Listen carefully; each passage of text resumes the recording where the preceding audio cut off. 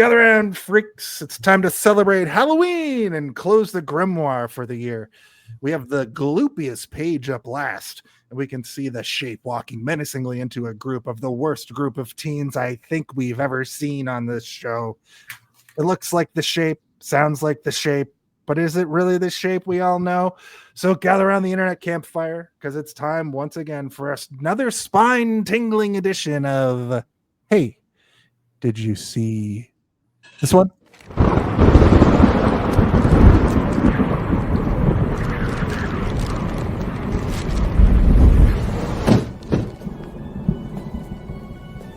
The night is dark, and the air is still.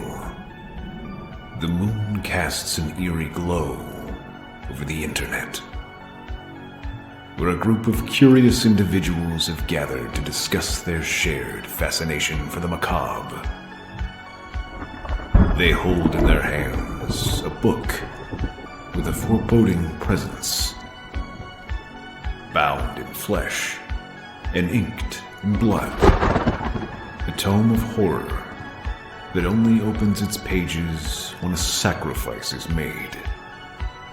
Within its ancient passages lie the secrets of the most infamous murderers and monsters of all time. Join us. But beware, for once this book is open, there's no telling what horrors may be unleashed. This is the Grimoire of Familiar Killers.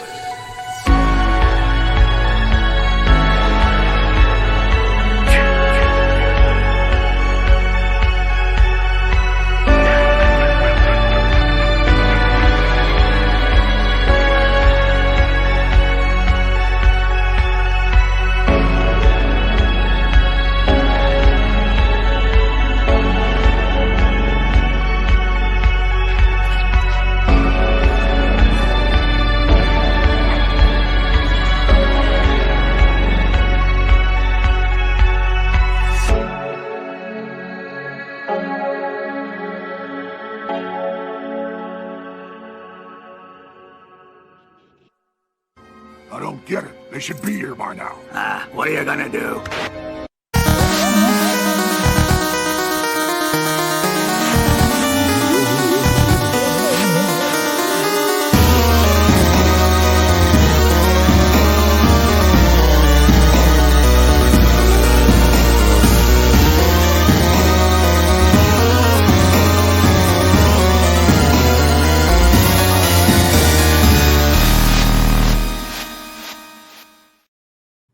Oh, hello. Happy Halloween, everybody. And that's our show for this week. We'll see you next year. Hello and welcome to Hey, Did You See This One, the weekly review reaction roundtable discussion podcast where we just have to ask the question, hey, did you see this one? On this show, we take a film and completely pull it apart, leaving no stone unturned or pumpkin for that matter, because it's Halloween. We are your co-hosts, of course. I'm Jason R. Phillips, Resurrection, joined as always by Stephen Boba Blackfly Waters 6. Oh, why is there a 6 there? Oh, it's because I was on the Trivial Debates podcast, and that was my score, and I won. Oh, right. Nice, nice one. This is okay. This is episode 204. That's a lot. How is somebody ringing the doorbell? I don't understand. We really already did that last we've got. It's the quietest doorbell around. Hey, Steve. Hey, Jason. I just wanted to congratulate you guys on 204 episodes. I'm really proud of you guys. A lot of people said you weren't going to make it, but I always knew it. Anyway, I should probably go now. See you guys later.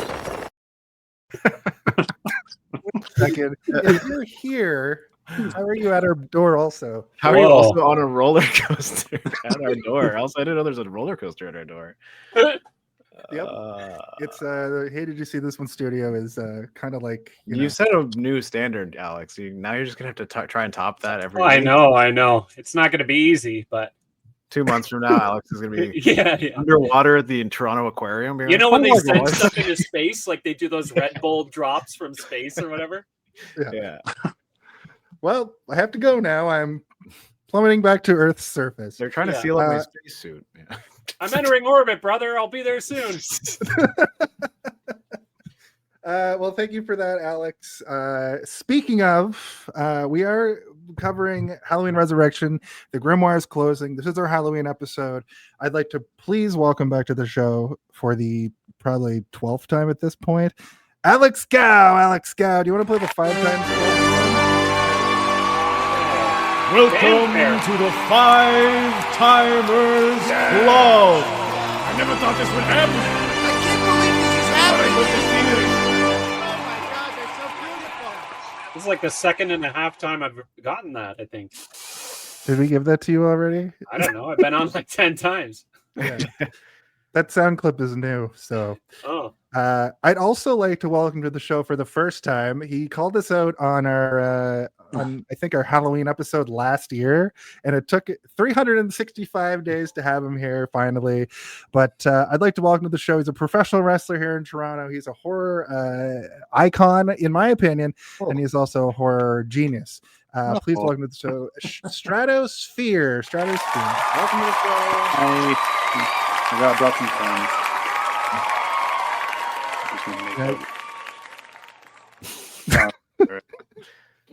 That sort of happened in Freddy versus Jason a couple weeks ago, where she had to move the mask and give mouth to mouth, and And we then all gagged. something about Freddy that was pretty harsh. Yeah, that whole Still think about scene that. was Yeah, gross. she made fun of his sweater. So harsh. Okay. Also, he said something.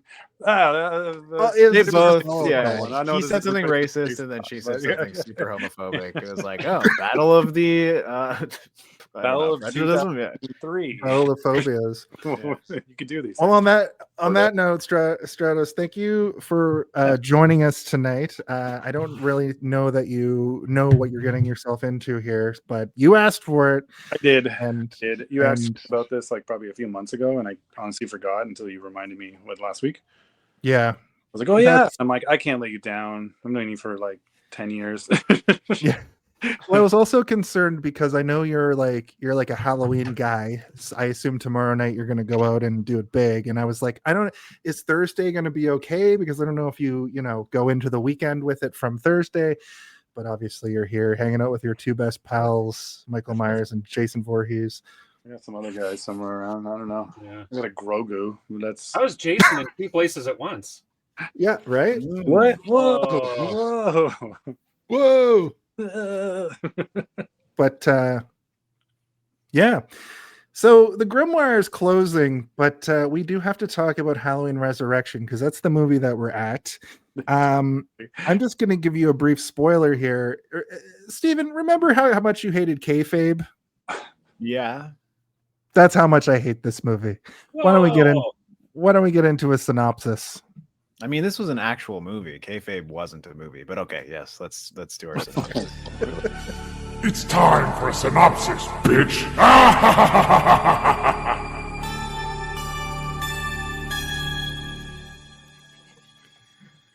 Well, Freddy. let's see here. Frederick Krueger, dude. Yeah, Freddy he's- Krueger, dude. That language does not fly in this decade.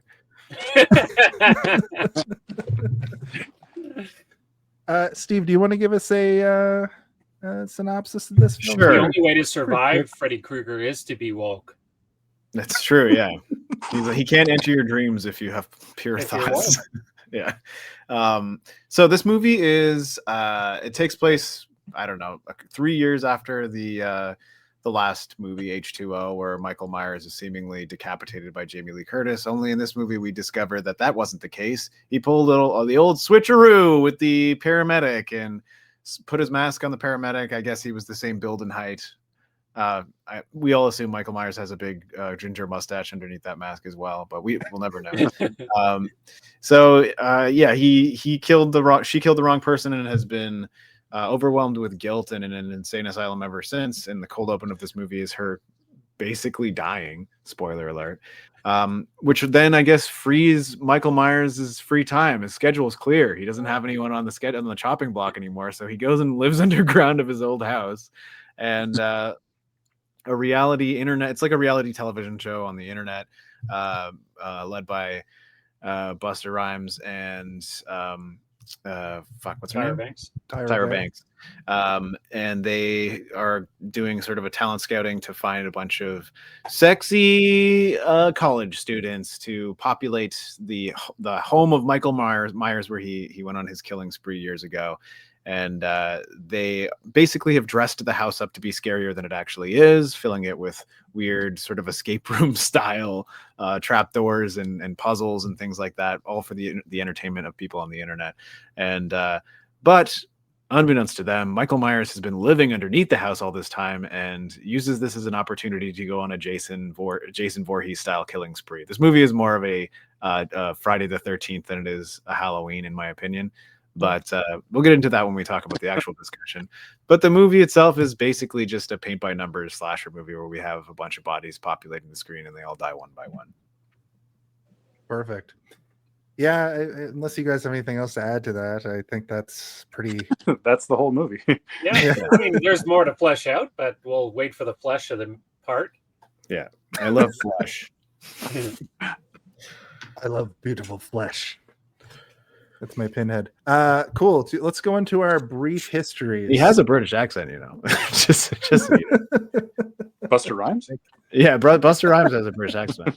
He's also a Cenobite. Oh, Yeah. Yeah. What are we doing? Brief history? Okay. A brief history. So this is a segment where we talk about our history with this film, but also Strata, since you are here for the first time, you can give us a little. You're going to go first. You're up on the chopping block. like my personal history of this movie is what you're saying? Your personal history with this movie, but if you want to give us a little bit of insight into your like history with Halloween, because I know you're a Halloween guy, as I said before. So Yeah. Are you gonna say that over and over throughout the podcast? I know you're a Halloween guy. We call that water cooler. We call you Mr. Halloween. This is Halloween. Okay, I mean, with Halloween, I'm the youngest of a few brothers, so horror movies is like what I was raised on. I'm like told I've watched like Friday 13th at like 2 years old. Like I'm that early. My mom I give a lot of credit to because she's like a horror movie fan. Like before, like she went to go see the Texas Chainsaw Massacre and she was pregnant with one of my older brothers. Oh my god! Like back then, you know what I mean? They're like, you shouldn't do that. She's like, oh, I'm good, don't worry. She was the in-house cook for the Camp Crystal Lake. Yeah. She This sounds like an origin story for a horror movie killer. Horror is pretty deep into my upbringing, I guess. So for Halloween, that's kind of like probably my favorite. It's like Halloween 1, like then I love 2, but like Halloween, that's like such a staple. That's my mom. But when H2O came out, that was one of those ones where I was like, "Oh, mom, like we gotta go to the movie theater to watch it, right?" And of course, H2O being pretty successful, and I think was pretty great for what it was. Here comes Resurrection, and I'm like, "Oh wow, great! Made another one." And you know, definitely, I did watch it in theaters, like I said, and then I was like trying to be positive about it afterwards, kind of like a Phantom Menace kind of vibe. You know, you're like, Right. It's good. It's good. You know, Best like, movie I've ever seen, perhaps. I thought about it. I definitely, watched it over and over, but like, I don't get why people don't like Jar Jar Binks. He's cool. yeah, it's cool. Busta Rhymes at the point. Yeah. Yeah. Oh my god. Sometimes it takes a Revenge of the Sith to appreciate a Phantom Menace. Oh, Yeah. It's true, yeah. I love that movie. But yeah, It takes a Rise of Skywalker to uh, appreciate a uh, Halloween To make you Resurrection. yearn for the days of a 25-minute pod race sequence. Yeah. What was that guy's name? Bulba or something? So, I'll try hiding in the basement. That's a neat trick. That's a good trick. I don't know. I just still in like it's not. I guess it's bad. Let's be real. But when it came out, it was I guess like, oh, that's cool. How old were you when it came out? I don't know. When did it come out? 2002. 2002. So I was what, Are we talking about this movie or Phantom Menace? I'm confused. We're talking about the Phantom movie that we're doing a podcast about. Okay. 2002. Like 16, 17? Yeah, we're about the same age. I was 17 That's when it came out. and- that is honestly the absolute perfect age to convince yourself that you like Yes. something. Yeah. I'm like, Absolutely perfect. it's my favorite stuff. You know, I love It's like the last kind of That's age so- bracket where you can you can still lie to yourself but have the agency, like not have the innocence of childhood that where you like anything. Right. Yeah, pretty much. Fantastic. Well, Yeah. cool. How about you, Alex? I haven't seen all the Halloween movies. I was never a big horror guy. I mean, I watched Curse of Michael Myers for a different episode of this podcast. Love it. I've seen the original Halloween, like, and stuff like that, but I was never like, when I was little, I would like, or even in my teen years, I wasn't a big horror guy. That's wild. Yeah. But it was never really in my wheelhouse, but I like them now. Now, like, I've actually probably watched more horror movies for this podcast than I have in my own recreational time. But I'm wondering, to be honest, it's like a phenomenon. You know when you'd watch a horror movie with like an older relative or something, like your dad or your like grandfather or something, and they don't have like a fear response to them at all. I'm starting to wonder if we are reaching that age where I'm like, I'm watching scary movies and I'm like, I'm incapable of being scared by them. You know what I mean? Where I'm like, I don't know, but Type of horror to do anything to me now. this Busta Rhymes based Halloween movie was not that scary. One or the other. I think maybe it's a little bit of I both. think the latter, yeah. But no, I mean, I feel like I should watch more because I do seem to enjoy them. But I don't know, maybe we're all desensitized.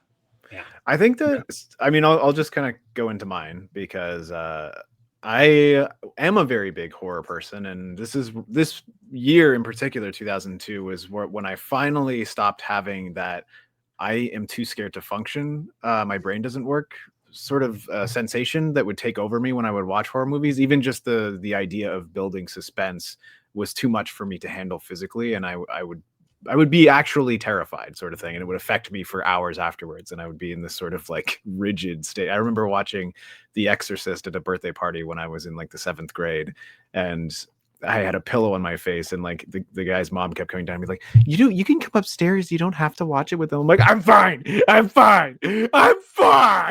freaking out. Shouldn't have done it, but I did. How old were you? 7, you said?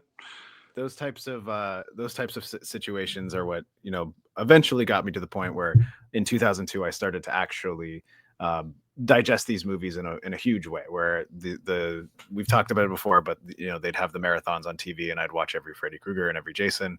I'm a little bit younger than the two of you, and I think the same age as Alex. Yeah, maybe. I think so. But so like, when you're that young, just a couple of years makes a huge difference, right? So I didn't see this in theaters, but the year after, by the time just 1 year passing, I had seen every single horror movie in existence and went to go see Freddy vs. Jason in theaters and was hooting and hollering and having a wonderful time experiencing that movie. But I did eventually see this movie, and I have absolutely no memory of it. I put it in yesterday to watch it and was like, I've seen this movie. And then because I remember the trailer vividly in my mind, like Busta Rhymes being like, you know, happy Halloween, motherfucker. And I'm like, oh yeah, okay. I remember this. And then I put the movie in and I was like, I don't remember any of this. I remember 0% of this movie. My assumption was that Jamie Lee Curtis was going to show up at the very end of the movie and help defeat him. No, she dies in the first 5 minutes. Yeah. So it's almost like I've never seen it, even though I know I have. But I think the movie is that low in terms of quality that my brain forced it out and was like, no, we have to use this space for important information, more valuable real estate. And I just forgot about it entirely. So yeah, I guess I can say that my first time watching this movie was 2 days ago. And I know that this is true because my brain has already started pushing the memories out. I'm having a difficult time remembering everything that happened in this movie. And I watched it less than 48 hours ago. The Seen This and Remember Nothing Club. Yeah. SPW. So that's Yeah, second time. Sorry, and has anyone watched this for the first time? I didn't I watch watched- it until the first time yesterday. This is Yeah, I watched it for the first time this week as well. That's really funny stuff. Sorry. Yeah, so Stratus, when we met, I think even 10 years ago, I was like, I can't handle horror. I don't think I'd like all of the movies Wow. that I've seen for this show have happened in the last 5.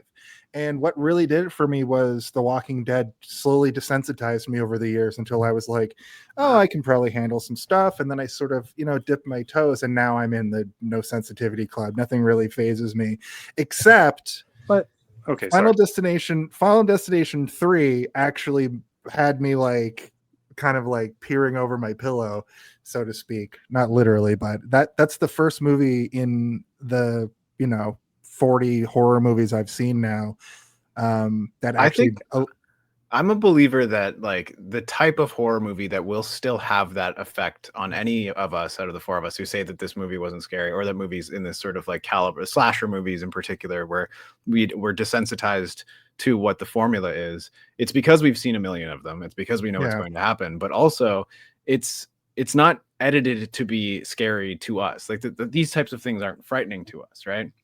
You can watch something like an Ari Aster movie, and it's like just the idea of somebody having to look at their dead child or something off screen and screaming is more horrifying and something that will affect your stomach, and you'll be like, I feel sick and I'm scared right now. And it's a different type of horror, right? You need to watch age appropriate horror, I guess, is what it would be. yeah. Um, I will say that Midsummer messed me up when I watched it a few years ago, but I don't know if watching that for the like Hereditary didn't really affect me on that same turn. So I guess you're right, Steven. Like, I guess it does depend, but the rest of the Final Destination movies didn't really move the needle for me either. They have a lot of like build up and good payoff, but just for some reason, Final Destination 3. Anyway, I digress. For this movie, I watched it this week. I was in physical pain watching it and laughing out loud at some of the one of the best lines in the movie. I'll bring it up again when we go through it, but that Miles's dorky friend, who's like the worst actor ever, he turns to the girl he walks into the room with and says, "I'll be your camera." That doesn't make any sense. It doesn't make any sense at all. And there's a lot of lines like that just really I guess blew you'd be my like, mind. you press a camera to your face, or you're like a camera looks at you. I don't really know. The what camera that had means. just fallen to the ground and was showing everything, so maybe that was I was watching That's this what it with was. Danny, and we both went, "What?" We both said, "What? What the heck?" You guys didn't say those lines in 2002? Like, Yeah, that was High school? my I major did. pickup line. Hey, baby, let me be your camera over here. get away from me. Yeah, you creep. Yeah. But just in summation, I watched this movie this week. My history with horror in general is sort of well documented on the show, but I wanted to bring up the fact that when I first met you, Stratos, like I probably would have been able to handle it, but I was not in that like, That's wild. yeah. Because I just assumed we were on the same page with like what we grew up with, like video I thought we games, had something. movies, and like comic books. Like, No, we probably had this conversation 100 times. Also, it's crazy that we've known each other for 10 years, just as an Pretty aside. much. There's our brief history. That's crazy. wrestling and Yeah. horror, but not really, because I just assumed.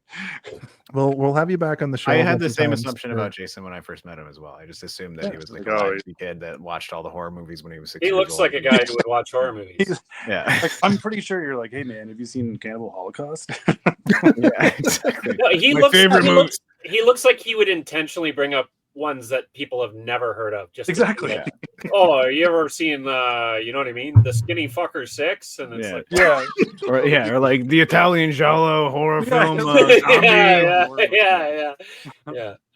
Well, I'm Yeah, slowly he going in learned, that he direction. learned Korean to watch Korean horror movies or Yeah. something. Let's check out Hardwired. My on favorite this movie show. is I Spit on Your Grave. Yeah. only Well- the first half though. After that, bullshit. Yeah. Thank you for nobody bringing up. Well, I won't even say it. Why don't we move on to I don't the even know what he was next? going to say, to be honest. Well, it's real popular in Serbia. Let's talk about production talk. Production talk. All right. Quiet on Good set. speak. Are we rolling? I don't know. Okay, let's shoot this piece of shit. Sound. Speed. Action! So this is basically the segment of the show where we sort of run down, I'll tell you right now, this opening weekend made 12.29 mil, domestic gross 30.26 mil, on a $15 million budget. So no sequel until a reboot comes a few years after this. Outside of that, it was directed by Rick Rosenthal, whose body of work includes Halloween 2. Which is an incredible movie. Yep. Right? So it was always like, oh, at least this guy's making it. And then you're like, oh, shit. So what I will say to that note is this movie, the one thing I did like about this movie is it almost feels like not just a paint by numbers slasher, but a paint by numbers Halloween movie in a lot of points, where they do the thing where they show kind of old kills or like pay homage to old kills. They do the thing where Sarah walks through the house, the old original house, of course, which they rebuilt fully, and she sees like the kills like laid out for her, which is a very Halloween element. That's a very Michael Myers the Shape thing to do. But then it has so much stuff in between. I don't like the element of it being not only a reality show, but also kind of a found footage thing at the same time. The worst. It's like a hybrid found footage regular film, which is like, especially when we know that there are cameras that are, consumer grade cameras in 2002 were not this shitty, but they decided to make them shittier because it's like, it's got to look shitty because it's got to look like a camera. It's got to look like it's being watched on, How come no one in the movie watches the fucking cameras? It's true. It's because they're making out and drinking wine or whatever. And Buster Rhymes is... No, Tyra Banks. Every time someone's getting killed, Tyra Banks is like dancing. Taking a smoke break or something. Yeah, making a coffee. Making a very elaborate coffee. Monitor too. And she's like, oh, yeah, we'll fix that camera later. Yeah. Danny said something that was interesting. That was interesting to me because it's like this was the era in which Tyra Banks was criticized for being fat, and she looks absolutely beautiful in this movie. And she's the camera adds 10 pounds, and there were so many cameras. It's that her kill angle for like 3 seconds. It's like from above, right, or down below. So yeah, an unflattering angle. It's just wild to me that it's like 2002 was such a brutal period of time for any kind of like self-image, I guess. Yeah. Yeah. Historically tough time to be a famous woman. Oh, speaking of production talk, this movie was produced by Harvey Weinstein. I was gonna say it's the fucking Weinstein brothers were on my screen for a second there, and I was like, "Here, Jason, I'm sending you something that I whipped up while I was watching the movie." Okay. This film was also filmed in Vancouver, which was the style at the time. Which is why there's so many Canadian actors in it. Yeah. I don't know if you guys recognized the actor from last week. Yeah. The kid who owns the house, I guess, that they're at is the kid from Freddy vs. Jason who is the stoner or whatever. Yeah. Oh, yes. I thought I recognized him. Yeah. Also, interesting to see Katie Sackhoff. Yeah. Bo-Katan, baby. I've never seen her so positive. She's very like bubbly, which is I feel like I guess I've like Mandalorian and Battlestar. So she's usually brooding about losing control of Mandalore, or yeah. She's yearning for the Darksaber. Yeah. Here's this. No.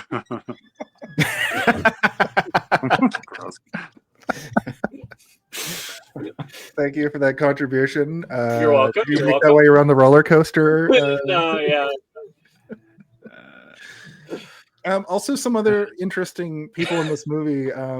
Thomas Ian Nicholas from American Pie. Yeah. Also, Buster Rhymes and Tyra Banks. Buster Rhymes was in it, yeah. Mm-hmm. And I have a production theory. Oh, so rare that we get one of these. Yeah. Is it a theory though? It is a theory. It's a theory. Oh, if you're asking if I researched it, I think that this movie was made because Buster Rhymes was watching Halloween movies and yelling or getting angry about what he would do against Michael Myers, and then he made this movie happen. Yeah, I That's do what karate. I say hiya like Miss Yeah, Piggy. yeah. I also Absolutely. He was I yelling think at. also- Do this, I would do this, I would do this. You know what I mean? Yeah. And then then they make a movie about him doing it. But he was yelling about it in his trailer on the set of the movie Shaft 2000. And Harvey Weinstein heard it and went like, "Oh, that's Yeah. a pretty good idea, actually." We gotta bring back that Halloween movie. Yeah. That franchise has been cold for a while, but Buster Rhymes has got some great ideas. Like, we cut his head off. How are you gonna do that? Well, you do this. Yeah. We It's can't not afford a- Jamie Lee Curtis. Well, she agreed. She said, if you're gonna do it, I need to be in a mental institution or whatever. Like, she basically planned out what she would do in the movie if you ever brought her back. Right. You have to kill me like this. Just end my character. Obviously, that didn't really work out that way. And it also didn't stick because she came back to make 5 more of them in the last like couple of years or whatever. Also, okay, I don't want to get too heavy into talking about the actual movie, but like in her notes, which she's like, I have to be in a mental institution. I have to kill him like I'm Bugs Bunny. And how did she create that? Like, That rooftop 1 in trap? a million shot trap. listen, the movie took care of it by having the nurse earlier say, we've seen her up on the roof a couple of times. We think Yeah, this is yeah, a yeah. suicide risk. She was up there setting traps, guys. And researching exactly where he'd step so that it would his foot would go perfectly in the She's like, if smallest loop possible. If I leave my house coat hanging right here, he'll investigate the house coat, and then he will step into my rabbit trap that I've created, and then I'll run the crane operator all the way over to here. Remote. Yeah. It's like As long as he's two. those things don't work like an actual fucking like sling trap. It's so slow on purpose by design. He could step out. Yeah, he could have stepped out of it. He could have cut it before he was even on his butt. Like, he was just zing, zing, zing, zing. Anyway, Let's remember who won that fight, okay? He That's knew what he was true, yeah. doing. Oh yeah, he played the trap. Yeah. since we're talking about that's this segment, why don't we move into our body of the episode? body of the episode. The body of the episode. The music in this is nothing to write home about as a final thought on the production talk. But yeah, this is the body of the episode. This is the segment where we kind of break down the movie step by step. You guys sort of already started talking about it. The Halloween theme plays immediately. We get the just orange on black writing, just orange letters, and the Weinsteins are mentioned, as we already kind of pointed out. You guys talked about how she's in an asylum, and I fully thought that this was going to be such a huge element of the movie. They show her not taking the pills. She spits them into her doll, which was like, what the fuck is happening? That should have been my first red flag. She's got a doll filled with pills that she hasn't been taking. The She doesn't have a second toilet or anything? she's keeping them all. She puts in her pockets like Shawshank and Yeah. She also, like, after she puts them in, she says, good thing that he's coming for me tonight because I got no more space for pills in this thing. It's 3 years We're worth gonna of need pills in another there. doll. And she's also kind of waxing poetic about some sort of tunnel in this asylum, that at the end of the tunnel you end up in heaven or hell. She's talking about a metaphorical tunnel. She's not talking about the Yeah. literal tunnel. And the But nurses it was shot in a In a tunnel, literal yeah. tunnel. in a tunnel, yeah. That's called art, guys. Yeah. This movie's very artistic. And to take this already 86-minute runtime down a peg even further, the nurses basically reenact describe the last movie in great detail, which takes about 5 minutes. I At have the a end of note this here that day- says exposition. They're in exposition asylum. Yes.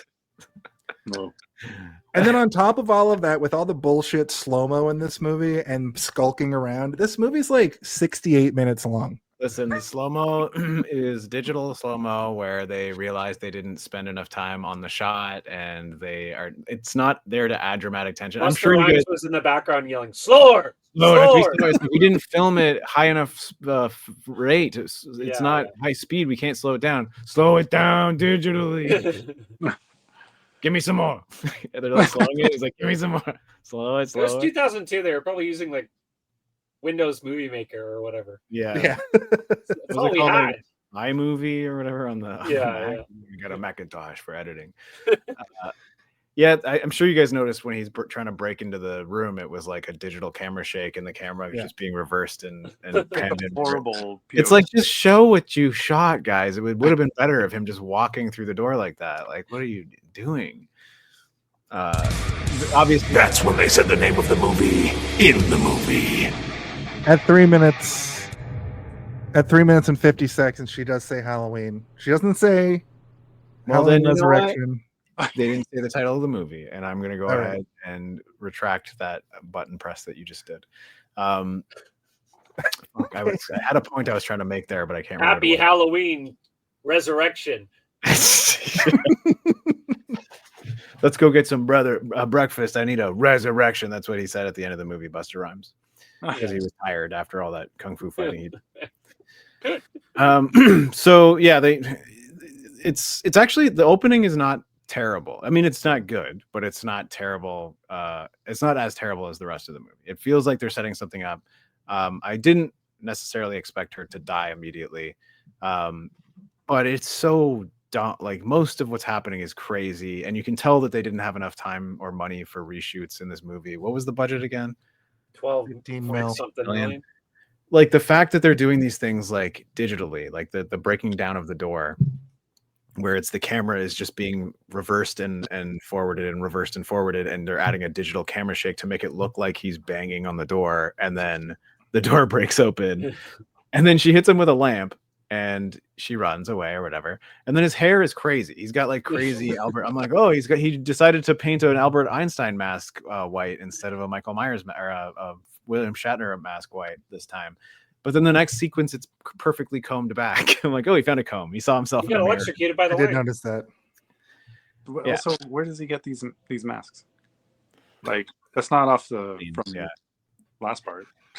It's I true. mean, Weird It little can't be that basement. hard. You have one there. It's true. Yeah. What? Ah, ding, ding. I mean, I don't know. It's just a little weird. Yeah, I know. Fuck, you getting another For mask? sure. Yeah. I mean, in the Jason movies, they always show Jason, if he doesn't have his mask, they show how he gets it or whatever, right? Exactly. But it's also just as silly, like him showing him finding a new one. I got a new one. We did Jason Does Manhattan. Jason does Manhattan. Jason, yeah, that's the porno remake or whatever. That's Jason nice. Does Manhattan.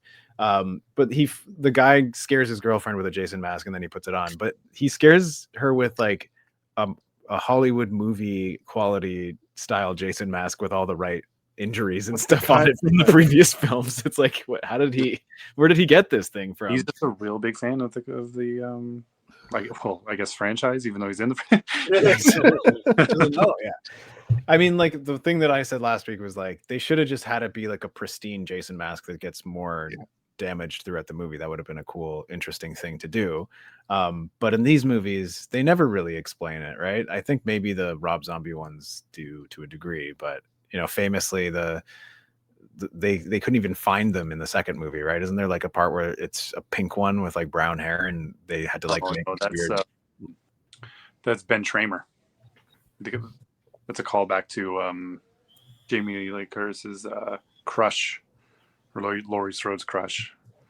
It's like, Right. oh, want me to talk to Ben Tramer? And he's like, no. But then in part 2, there's like these group of kids like, hey, Ben Tramer left, and he's being all weird or whatever. But that's after he gets killed. Right. Cop car. That whole thing with the cop car and exploding. But what I meant to say is, like, there's, even in the production of the film, they had a tough time finding the masks, the Michael Myers masks. Yeah, And- that's the original mask in part 2, but it was like under a couch for all that time. Yeah, but they got a new one, and it was pink with brown hair, and they didn't have time to paint it, so they just like lit it weird. Yeah, so there's like a sequence where he's got a pink mask on, and if you look carefully, you can tell. But like, if it's a blink and you miss it kind of moment, where it's just like this one sequence where he's wearing this pink Michael Myers mask, but they lit it in a way that it looks like it might be the lighting playing tricks on you. Anyway, We talked about this 5 years ago. when we did the other episode. I'll go back to that episode too. Yeah, you should watch it. Yeah, go back and watch the whole.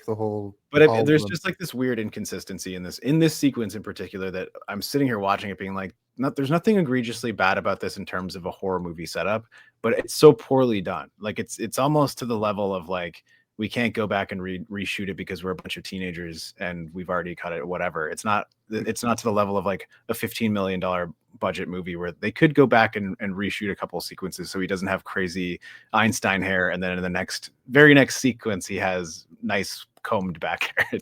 It doesn't. I noticed that too. I was like, why is his hair so crazy? Is it just going to be it's the next scene. It looks like. I mean, Alex said it's because he got electrocuted, which I'm like, yeah, that makes sense, but then it should stay like that. Keep it like that. Keep the crazy hair then, you know? They also introduce a weird thing here where like there's this security guy out for a smoke, and one of his patients who's obsessed with serial killers like spooks him. He's like, I'm John Wayne Gacy. And then a few minutes later, we find out that he's like, this is jumping ahead a little bit. He's like obsessed with serial killers. And when he sees Michael after Michael kills Laurie, he's like, you're Michael Myers. He lists He knows his stats. And that's sick. Myers basically is like, come with me. And then in this movie, they never allude to that again. And I'm watching this movie the whole time going, sometimes things in this film seem so ridiculous because it's like they cut scenes out that don't glue parts together. And I think that I mean, so he gives him the knife. Yeah, like, he gives him the knife to kind of put it on him. Yeah, like, he's the one who killed Laurie. Yeah, and he's just like, peace out. I didn't put that together. Okay. Yeah. I thought he was like giving it like an autograph. Right, yeah, like it's like, I thought he was like, you're the next me. Yeah, I thought it was more just like, he's like, yeah, this guy knows what's No. up, and then gives him the knife because he's like, here you go. But yeah, of course it was to.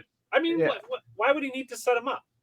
So here's it's what I'll so say that- though. It's so that Michael Myers stays dead. He gave him the knife. go live so in that- Yeah, but Yeah. he doesn't give a shit.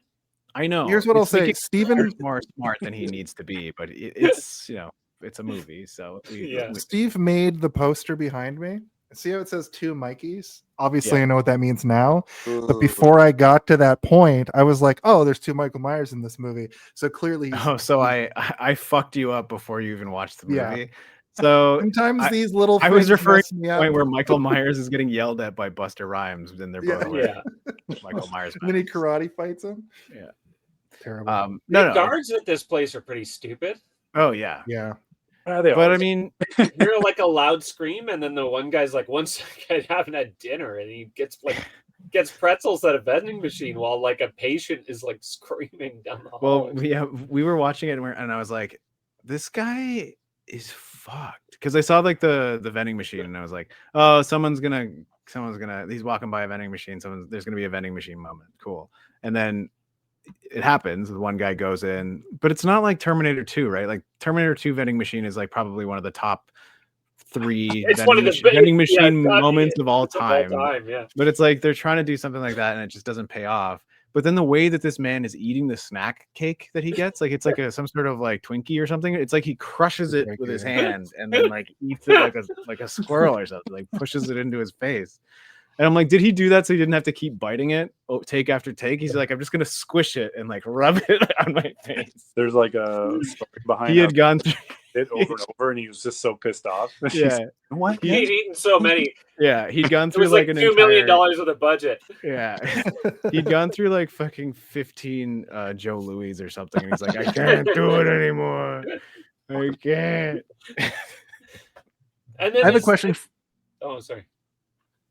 Oh, go ahead because this is. I was I'm going to say, continuing. and then he goes into the room, and his buddy is gone, and he heard a patient screaming, and they're in a mental asylum. Well, they And didn't he's hear like- the patient screaming. They thought Michael Myers was a patient. So they Yeah, went down no, there but they to heard check on something, him. didn't they? Well, the Twinkie guy heard the other guy yell. but Oh, the, right. The right. original Oh, guy yeah, just so went he to hears go. his buddy yell, Yeah.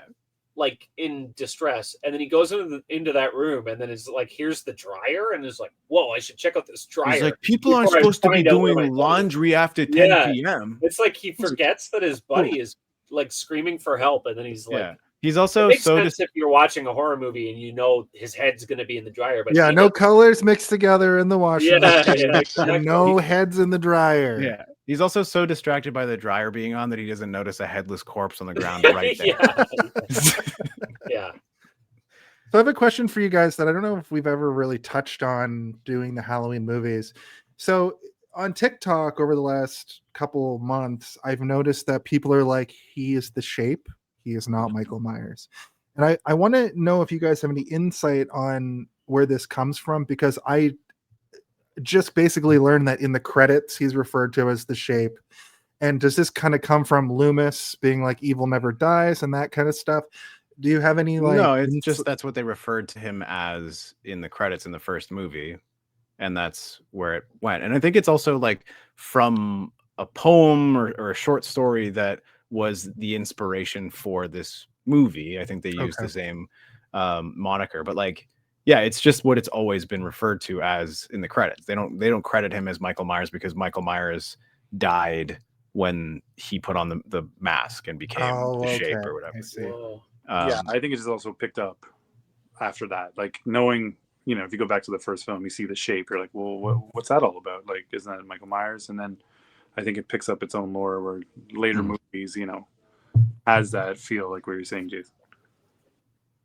Which I think is awesome because it's like, you know, there's Ghostface, Chucky. Does Jason Voorhees like the Crystal Lake Killer or something? Does he have a moniker? He's usually just Jason Voorhees, right? The Mongoloid. The Mongoloid. Do you remember part 2? No, okay. Yeah. Yeah, when like, what's her name? I can't remember like the main character on that one. She like breaks down like what Jason is. It's like but she says some stuff. She's like, I'm pretty sure she drops the arb arm. Yeah, Yeah. right. The arm arm. And then like a Mongoloid freak was in there as well, which is like something I just, like I always laugh at. Yeah, they were pretty heavy-handed with just using the old medical terminology really freely. Yeah. really fluently. You know, those movies were probably the reason that those things became slurs, guys. They're saying that really harshly. I don't know if we can use it in the medical field anymore. Yeah. Yeah. Those fucking Friday the 13th movies are making our job really hard here. I had a lady slap me yesterday for medically describing a disease about her child. Yeah. I do like in this sequence we see something that's been tropey for Michael Myers for the last couple movies, where he comes down from the rafters. I think it's so funny. It's just to show that he has an impeccable arm strength, Yeah, upper body It's strength. so smooth going down. Yeah.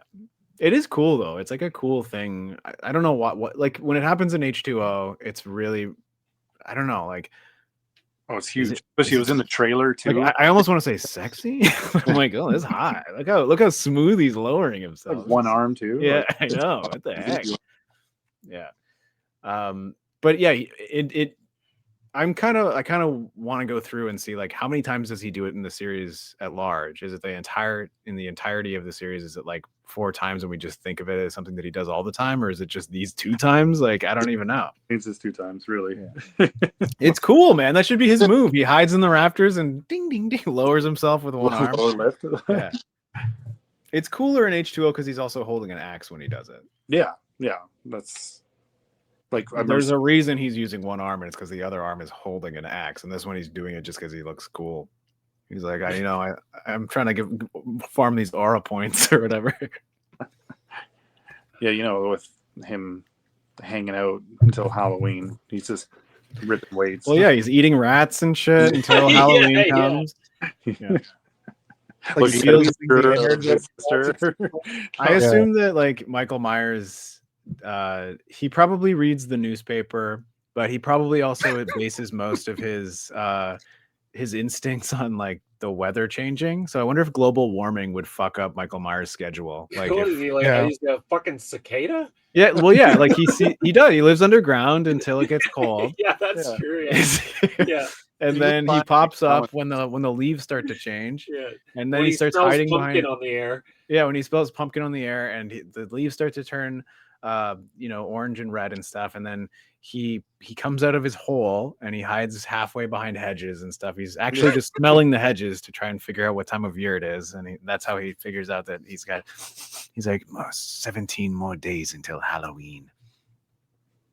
These are all things that are in Loomis's notes, guys. You need to read Loomis's notes.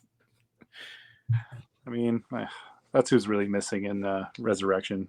I think that's who's missing in everything that has occurred since is a Loomis or a Loomis style character. They don't ever replace him either with someone else that fills that role. I think that Laurie was supposed to maybe fill that slot where it's like now she becomes not only Laurie of the story, but is also the Loomis, Yeah, and she's just out there screaming, I shot him!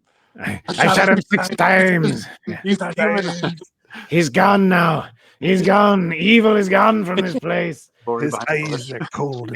Honey, get your ass out of there! Get your ass out of there!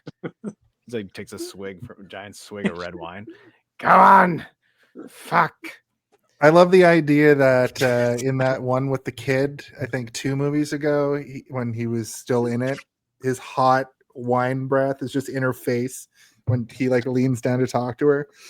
Yeah, because he was like notoriously wasted on set. Which is wine face. Yeah. Old he school also Hollywood he shit. kind of liked doing these movies. It seemed that he did anyway in interviews and stuff, but I don't know. He secretly probably talks so much shit about these movies, but like in terms of professionalism when it came to an interview, he's like, they're brilliant films. I love the idea of evil coming back over and over again. Also, every time I do these films, I buy myself 10 years worth of wine. Buy another winery. Yeah.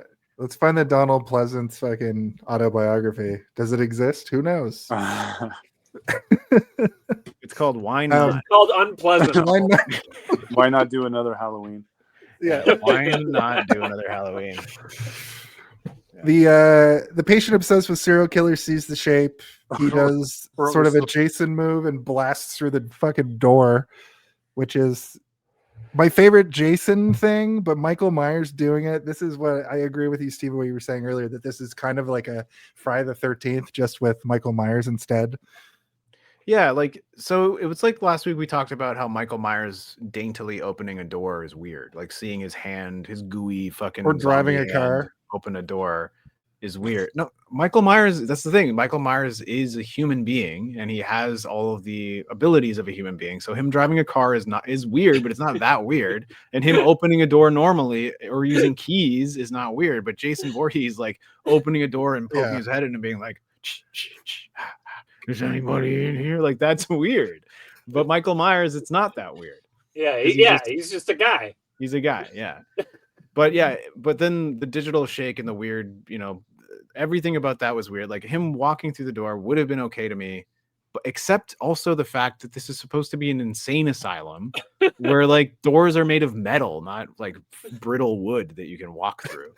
Yeah, they didn't need to make him superhuman like Jason Voorhees. Like, yeah, it's just not necessary. It's less scary to me because like Jason is scary because of his supernatural abilities and his like zombie strength and like all the stuff about him. But Myers is more frightening because it would have of been the fact- scarier if Myers had keys. Yeah, it would have been. Imagine hearing like a jingling happening. But he Like did. vendors He did ring have of keys keys. for the whole town of Haddonfield. Car, Yeah. especially across from Haddonfield to California in the last movie. Yeah, he drives. He drives in so many of the movies. He drives And all Freddy the time, versus Jason is insane as well. which is crazy because like, where did he learn how to drive? Did they like? That's the teach question him? from part It's one. very intuitive. Loomis asked. Loomis is like, I shouldn't have taught him how to drive. Why did I teach him how to drive? He's Stick pure shift move. driving. Yeah. I taught him how to do 6 shift. I even taught him. I gave him his A1 license. He can drive something with air brakes on it. God damn it! He has an M2 license. He can do a motorcycle. He's evil behind the wheel. So we kind of talked about this segment already, but Laurie basically traps Michael, hangs him up. She gives him a monologue about fear. And as she's about to cut him down and kill him, he grabs her and then they hang off the the side of the building, and he stabs her in the chest. And Yeah, she that's hits the end. button and like he gets zipped up, and then she says, I think this is the line. She says, "Ain't I a stinker?" And then, and And she- then Lori kisses him. Why does she kiss him? It's because it's a callback to a famous photo from part 1. Like when Oh, okay. and there's like a like her kissing Michael Myers. right. Like Also, it's her brother. so, yeah, you know, man's a brother. she's You about kiss, to your, die. you kiss your brother on your lips, you know? It's on the lips is weird, but also there's a Shatner mask in between, so it's not. Yeah. yeah. Yeah, I wrote that this feels Beautiful too moment. rushed and weird because I thought that there was going to be more. But no, she's dead as fuck. Well, She should have that's just showed up later in the movie with a knife sticking out of her chest or her back, actually, with a, Get a away woman from her, version you of the bitch. Michael Myers mask on. With like a GoPro on her hand. Yeah, Yeah, she's like, she got all strapped up. Buster Rhymes like made Yeah, sure she was Busta locked and Rhymes like- loaded. Welcome Yeah. to Dangertainment. Yeah. the entertainment made me laugh out loud. Yeah, I know. I'd watch Dangertainment. Let's be real. I would Yeah. watch this shit, Oh yeah. but it would have to be altered by Busta Rhymes to be scarier, like they kind of did with this house, which I didn't really like clue into until much later in the movie. I was like, oh, they went into this decrepit old like. I house think that's for just been, me, like, because like again, this movie has been, I basically got Men in Black neuralized by this like my life of not seeing this. I was like, I don't know what's going on. I have absolutely no clue what's going to happen next. But as soon as they pulled out like the baby high chair with like the chains and stuff on it, I'm like, oh, this is going to be like they've set up the house to look Yeah. scarier than it actually is. Because like that's notoriously the thing about Michael Myers is that like he was supposed to be from a very normal, regular family, which is why one of the reasons I hate the zombie movies is because of the fact that it's like, oh, his family was so fucked up. That's why he's fucked up. It's like, no, His how about he's just- Everybody.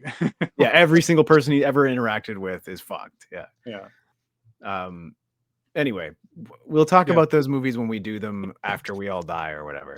But yeah, in the Water Wars from the So, bunker in the yeah, apocalypse. which is like The shape- arguably like it is more frightening that evil can just exist even without this outside source of like Yeah. of rubbing someone down to the point that they're at this like this core of who they are, which is just pure evil. And so like that was the first hint to me. I was like, oh, okay, Busta Rhymes and Tyra Banks like came in here earlier and like set up a bunch of fucked up Spookified shit. it. Like, yeah, they made it spookier. They turned it from regular tainment to dangertainment. In my head, I know they had different names, but in my head, they were just Tyra Banks and Busta Rhymes. I don't Do remember their reality characters' names show. either. Yeah, Busta Mr. Rhymes. Freddy, and I don't think Tyra Banks' name is ever said. her name's Byra Tranks. So the shape gives the blade to the serial killer and leaves. I wrote, "What is this movie?" And then the name of the movie flashes on the screen. Then we go over to like a classroom, and it's the girl Bianca Kulich from a bunch of sitcoms later after this. She was a pretty good final girl, but she doesn't have a great acting chops, unfortunately. She's very I think sitcom she's fine. actor. I think that Yeah, in this she's fine. movie, but also like the whole conceit of her character being that she can shatter wine glasses with her scream or whatever, which is like we were watching it and I was like, did she just shatter that with her scream? And Danny was like, no, the light fell over. I'm like, no. After the light fell over, she screamed and then a glass exploded full of water. Like, This is another thing that I wanted to ask you guys about, because during that sequence, so the Michael Myers Yes, I niece, can break a glass with my scream. Michael Myers' niece had like psychic powers. Are we missing scenes where there was some psychic stuff that was supposed to I happen in think this it was movie? just And a she, stupid. No, that's Again, just a- like a- remember at the beginning where Bugs Bunny tries to kill Michael Myers? Like that's Yeah. this is the quality of Okay. movie we're It dealing was with. here. 2002, Jason. Yeah, Yeah, people like- still believed they could shatter glass with their voices in 2002. 2002 webcams and Yeah, shattering glasses. absolutely. Also, this shot of this college class or whatever, it's panning. They're talking about some sort of like the evil within or whatever, and like I was kind of half listening to what the professor was talking about, but he's shit talking everybody, and they'd be like, "Oh, Paul, thanks for joining us. It's so early," and then it pans across this class, and I swear to God, every single person in that room went out the night before and got trashed, and then came in at 7 a.m. to shoot this because they all look. There's one lady who's like, and I'm like, she looks more hungover than I think I've ever looked in my entire life, and everyone's asleep, and then it pans up to her, and she is like, for some reason, like 1.5 feet higher than everybody else in her row, as well as like 2 feet higher than the people behind her. And I'm like, is she sitting on the back part of her seat? Like she's just like sitting up, like Spider-Manning it on her chair. It was a visual thing that I'm like, I get that it's better for the shot, but at the same time, yeah, it's like she was sitting like that, like enthralled in class, being like the evil within or whatever. Well, I can't remember what she says. I gotta like get a good moment in this movie as a background actor. Like, Yeah. check this out, guys. Yeah. But then there's like everybody behind her is asleep. Every single person in the row is asleep. They're all doing one of these. You could see there were people trying to make different acting choices in this panning up shot, but there's a guy in the front row who's like deep throating a pen, and he's like he shoves it like all the way in his mouth. I'm like, what the fuck is going on in this class? People are so bored, they're trying to like scratch the back of their throat with a bit. I wonder if anyone in the history of making, watching, or anything else in this movie has anyone ever given this much thought to that. I wish that we could pull this shit up right now and just show you. You could point out one person in the entire room and everyone's doing something weird. It's one of those like Christopher Nolan moments where like everybody in the audience is doing something fucked up and strange. Anyway, we don't have to talk much more about this. Just only a little bit more. Yeah. We're introduced to Katie Sackhoff's Jen. We're introduced to Rudy the chef. They talk about being cast in some sort of reality show. The nerd character, who I also thought was going to be something more, comes in and does like the weirdest like sort of warns them, but then he walks. As he's being pushed out of the room, he's going like bah, bah. No, he's going. I have a note here that says I'd much rather go to a haunted murderer house than be in the same dorm as this panty sniffer. Yeah. Danny was like, why do they put their panties so close to the door? And then I said it's so it can attract the perverts from on their floor. And then the next shot is him standing next to it. He's like, and playing them like touching a harp with it. Yeah. He like puts it close to his face. Yeah. I think it's because of the popularity of Tom Green and those other movies. Yeah, for sure. Like we did a Tom Green type of moment. Yeah, that was very for sure. Very Freddy Got Fingered. Yes. Yeah, very road trip. Yeah, road trip. Yeah. Which I think is the next Nightmare on Elm Street movie that we have to review. Freddy Got Fingered. Road trip? No, Yeah, Freddy Got Fingered. It's in the lore, right? Yeah. If you guys if you ever do any Tom Green movies. Oh, absolutely. Absolutely. Yeah, that's going to be like a my birthday month. Yeah, movie, yeah. you know, like we're not going to do like we're kind of like comedies don't work for this format. Yeah. Look at my Trey Parker and Matt Stone birthday month from a few years ago. But we find out that Sarah's also talking to some weirdo on the internet and they've never met before. And when they kind of cut over to him, he's like, yeah, sometimes, we're back in the olden days, people would send soliloquies to each other. They would send poems back and forth, and they never met. Also, his screen name is Deckard, and I'm like, Deckard. Oh wow, this guy's like a pure nerd. Yeah.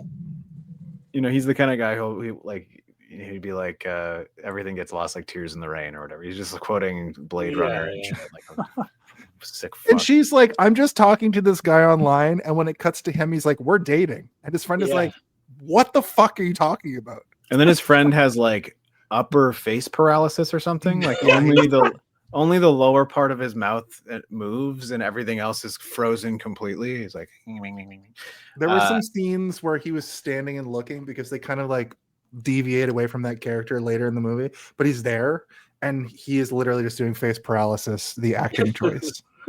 I mean, I was like, this guy his favorite movie is probably American Psycho. He's douche level just keeps going up and up and up. And I'm like, what can cap the level of like, I don't like this character.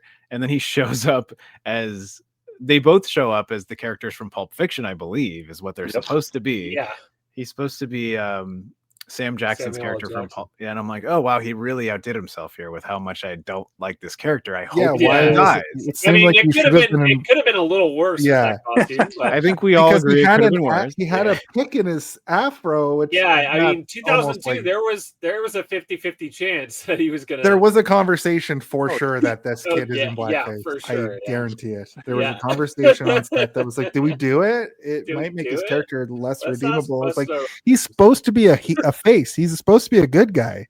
yeah. He's a shitty. He's the a only shithead. reason they didn't do it is because they were like, we won't be able to recognize him if we do it. yeah. People won't realize it's him. When we meet, Anyway, the character's um, terrible, but also so is the Deckard character. These two characters Miles. are these sort of like rigid but also floppy as fuck characters where it's like there's this rigidity to what they're supposed to be representing as horror tropes, but this like floppy nature where you just don't give a shit, but they also nothing that they do matters up until the point that they're actually communicating with her in the house, right? True. So there's like a good 75% of this movie where their characters are just being shown to us for no reason other than Well- that they have to be shown to us because they can't just show up later on. Like they What have to annoyed have me for every was game. how long it took from us realizing he's going to be man in the chair for the situation that the people in the house are in to him actually being the man in the chair. Like the guy like sending notes back and forth, and how little that actually influenced the outcome, I thought was so dumb. I thought that he should have been like in with them much earlier and warning them much earlier, and then his role would have been much bigger. But clearly somebody who the writers of this script were like, I want to do like a man in a chair thing where people are in a reality show and Michael Myers is there and we have to have There's him like, sending definitely messages back and forth on a Palm Pilot. There's because they didn't definitely have cell phones. there's definitely a version of this script that isn't this movie. Like this seems like it was Right. probably a concept for another movie and they just slapped the Michael Myers character into it, right? Like Right. Okay. which happens all the fucking time, right? Like a Sure. horror script is strong enough that they're like, oh, the concept is good, but like not good enough. So what if we just take this and put it into this franchise and we can put Michael Myers? I think it's just sorry. I think it's just because of the time, like in early thousands, who wasn't chatting on I don't know ICQ, Well, MSN, absolutely, yeah, Yeah, it was very novel. PO if you're more local. Like yeah. You don't really like I don't know. You didn't actually meet up. You just talked to girls until that faded away, which is kind of still around, I guess, when it comes to dating apps. But back then, that was kind of normal. Like so I guess, Absolutely. like, putting you in that time period with, hey, here's Michael Myers. So But what I mean to say is that like these characters, right? Like Michael Myers, Jason Voorhees, Freddy Krueger, and Jason, like they exist in this pantheon of storytelling or whatever. Like these franchises where like they'll do gimmicky stuff, Mhm. but they don't base the entirety of the story on a gimmick. And this is just a gimmick, right? It feels like one of those straight to DVD movie concepts that they've just sort of, stitched Michael Myers to in order to put people in seats or whatever, right? It's almost like the Hellraiser franchise did the same thing. After a certain Oh, they point, did Hellraiser was just attaching Pinhead to scripts because they're like, we don't know if this script is going to be strong enough to stand on its own, so they would just attach Hellraiser to it. That's what this feels like to me. In a He's big way. barely in. Pinhead's barely in a couple of them. I'm one of the few people on this planet who's seen every Hellraiser movie, and they get progressively worse Oh, yeah. in a really unique way. That it's like there's one where there's the one that's all about like drowning, and Pinhead really only appears in like puddles a couple times during the movie, but the rest of it's kind of like a film noir that they clearly were like, this is a film noir that we're writing. Wouldn't it be crazy if we just used the Hellraiser name on it and put Pinhead in it somehow? And then Doug Bradley, is that his name? Yes, They just got him to film some scenes. it's actually that Brad were- Douglas. Brad Douglas. he did it for wine. He did Yeah. it. He was like, don't he's like, I was gonna make a wine joke where he says it's a waste of good bread. Anyway, point made. I think we both I think we both agree that this seems like a horror movie concept that was probably a spec script for something else that they decided to attach it to the Just franchise. like how, like I Know You Did Last summer. Like, No, of course, we need something. Let's put this guy in this fucking. But I mean, like when you look at when you look at like the movie we did last week, Jason Takes Manhattan, where it's like that movie was purely a Jason movie. They just wanted to put Jason in Manhattan, so they're like, well, they took several Jason scripts and mashed them together into one Jason movie. Whereas this is like, let's scrape around inside this big bin of horror scripts and be like, oh, this one, an internet movie, when there's a killer in the basement. Okay, that's pretty good. What have we not done in a while? Chucky wouldn't really work. Maybe we could do. So it just seems like the Weinsteins were probably, shuffling through their Rolodexes of horror villains that they hadn't used in a little while. Anyway, we should probably get back to the we learn a ridiculous score is playing. The music in this sequence is weird as fuck. Tyra Banks and Busta Rhymes are the people running this reality show.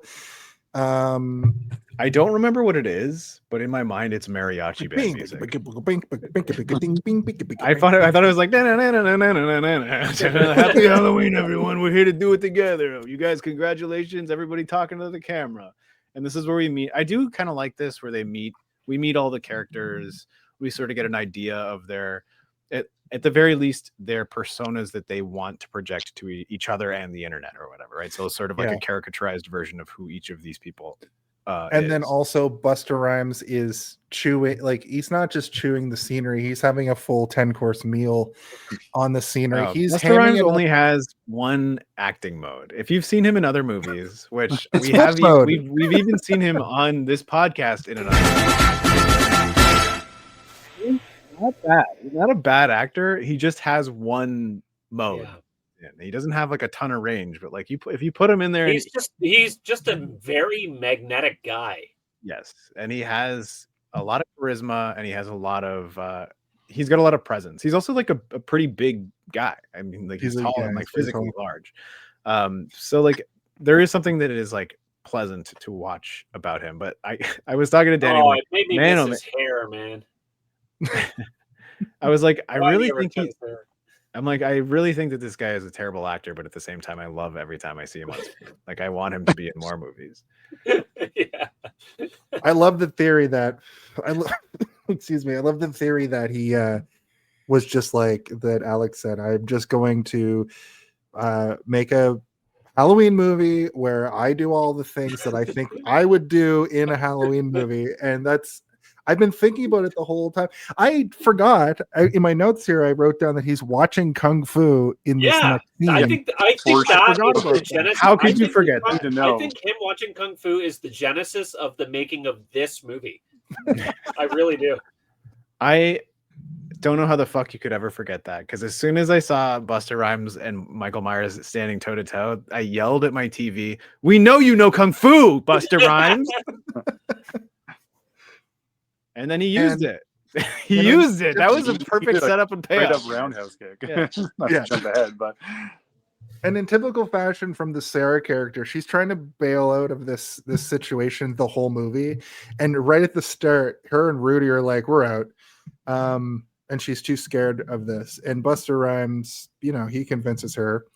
But I mean, she's scared. She's more scared of like the experience, I think, like being on camera for everyone to see. She's not scared of the experience of being locked. Everyone wants to be famous. Yeah, exactly. Yeah. I don't know that weird, creepy speech he gives. It's the American dream, and then he's like, like sometimes if you just do it, you'll surprise yourself. And he gives like this sort of a pretty good speech, but then like she leaves, and afterwards he's like, "Damn, that was so good." Like I can't believe, like he thought they said cut.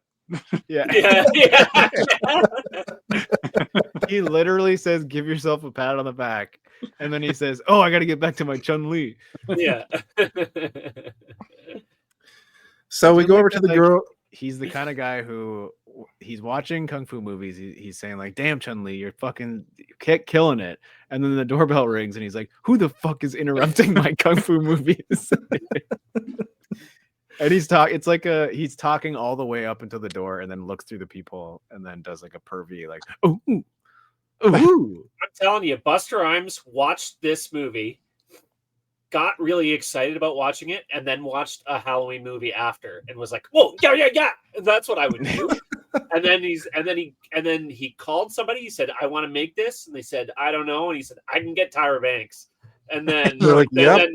then boom, Tyra Banks is on the 50 line. million on the table right there. And they're like, "Did Get you me the just make it?" Weinsteins. yeah. I don't know. What? I don't know. Whoa. Dun-dun-dun-dun-dun-dun-dun. Yeah. He just tried to roundhouse kick his phone. Yeah. I did. You know what's hilarious? I have them stacked on beta video cassettes for height. Whoa.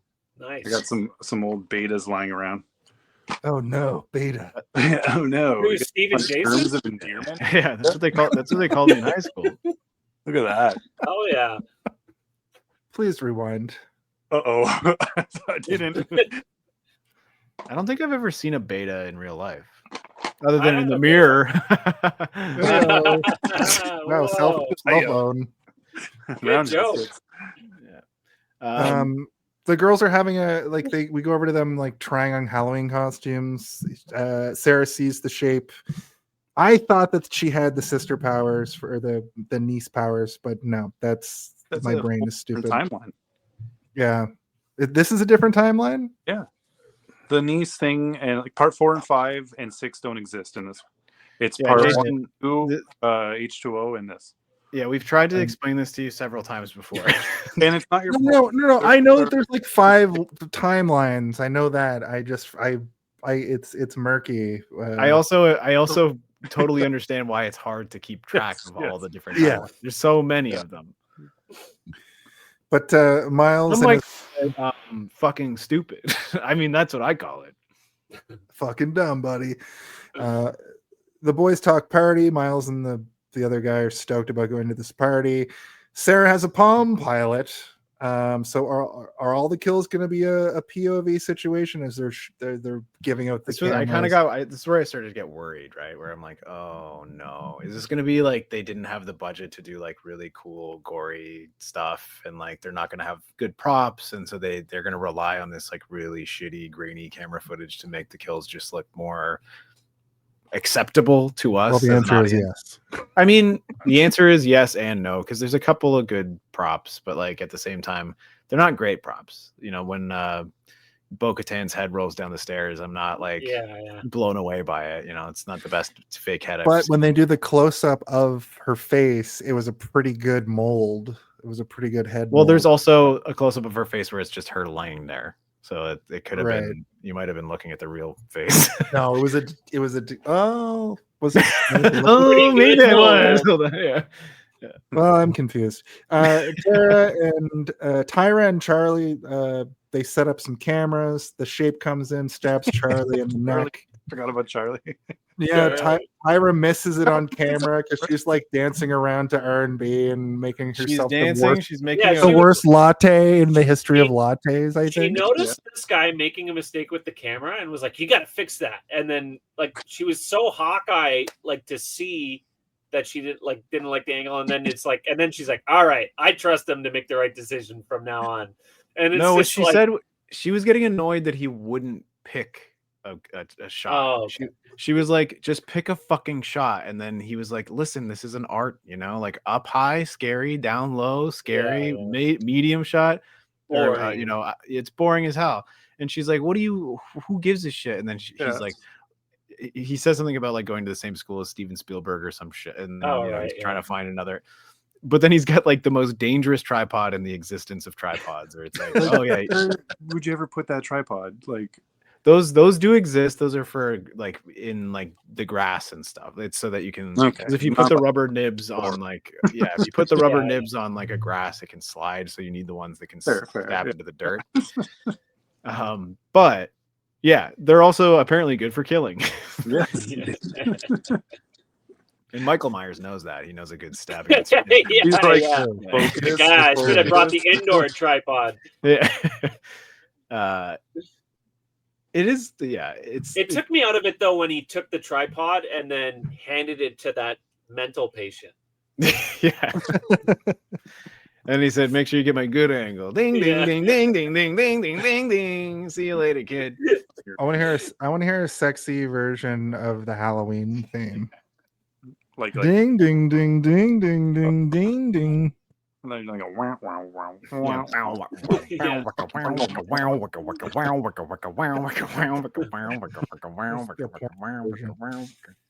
But so they go into the house. This whole shit begins. I wrote, "What is the point of this even?" I guess it's the Halloween version of found footage.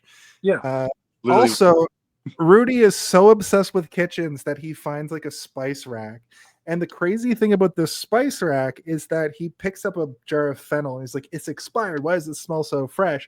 No, This what he does is he picks it up and he's like, you want to smell something disgusting? 40-year-old fennel. Because like he just knows what 40-year-old fennel would probably smell like. And then he smells it and he's like, what the heck? This is fresh fennel. That's our first clue that these guys have staged the house. which It's is true, but it's also No one knows Chekhov's. that. I thought it was like proof that he was staying there. well, those rats needed. But yeah, I don't think Yeah. he's putting fennel on his rats. Yeah. I think this is the very first instance of a Chekhov's fennel. Rat. Chekhov's fennel rat. Chekhov's fennel, because he uses the fennel. He does that one to Oh, right, Michael yeah. later in the movie. Or was it like salt or something? I thought it was the fennel from Fresh before fennel. because Called they spend so much. They spend like 3 minutes on this scene of him being like, "Oh, it's clearly fennel. Why isn't it? It's supposed to be expired. Why does it smell so fresh?" he like blows it. It's in not his that eye. long. It's just a couple Tactical seconds. fennel.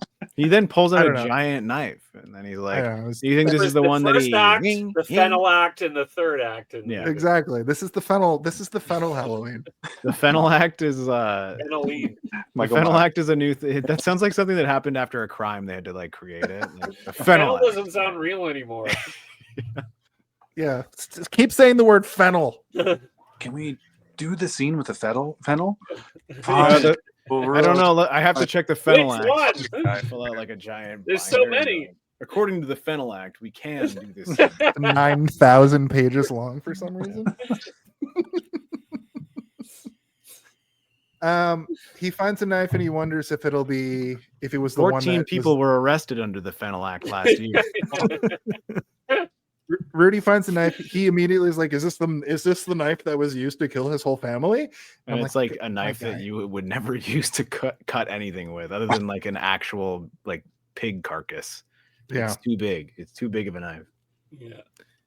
and then this is where Which they is find also the high knife chair. that pegs him to the door later on. Yeah. Call Oh, Chekhov's fucking knife. Also, I guess. and fennel. The fennel act is it hard at work today, guys. Guys, this is actually Yeah. brilliant writing. Yeah. The Pat writer of this yourselves on movie the was back. like, the writer of this movie was like, we have to have setups and payoffs for every little thing. Fucking So I'm just telling you right now: fennel, giant knife, coloring book, and I don't know, a spiky tripod, maybe. Yeah. High chair, no payoff for high chair. They just find the high chair. We get a cheap. There is Jump- absolutely payoff for the high chair, Jason. What's me. attached Idiot. to the high chair? Unending evil. A giant weird key, a weird Oh, fucking yes. key that is used to That's right. open the secret In- door in the basement Door later. in the basement, yes. This Okay. is where the movie is like, oh, they're doing like an escape room style puzzle mystery. This is but it looks like a medieval key that shouldn't be attached to this thing. It's like, why is this here? Also, we never talked about how that one guy is just doing like his easiest Jack Nicholson impression, where he's like, "Wow, gee whiz, what the heck is this thing? A giant key attached to a baby thing? The Lothario. Let me touch your tits. Talk smart to me, baby." Yeah, that was another line that I was like, say some smart stuff. We get a cheap jump scare for the Halloween party when they pop back. We see the Halloween party. One is dressed like a racist Sam Jackson. I'm surprised he didn't do blackface. We already kind of talked about that. Miles sneaks into an office that has a computer. And there's a render on the screen of the house. It turns out he's like dialing up to the He's logging Website? in. He logging knows in. about this thing. He wants to Miles watch is it. such a bitch. His girlfriend's on it. Like he's at a Halloween party with real people, real whatever, having a good time. He's like, no, I gotta leave and watch Yeah. this fucking thing with my. My Twitch streamer's live right now. I gotta go see what he's Well, up to. he never so I can wanted to give him go some in the money. first place, though, didn't he? He didn't He's wanna go to fair, the party. but like, live your life, man. And his buddy was like, nobody ever gets, like, nobody ever goes to these parties at our age. I'm doing blackface. Yeah. But also, we all know the real reason that he needed him to go. It's so that his costume didn't seem 10 times more racist. He Yeah. needed to have the other half of the duo there. Yeah. No, I am.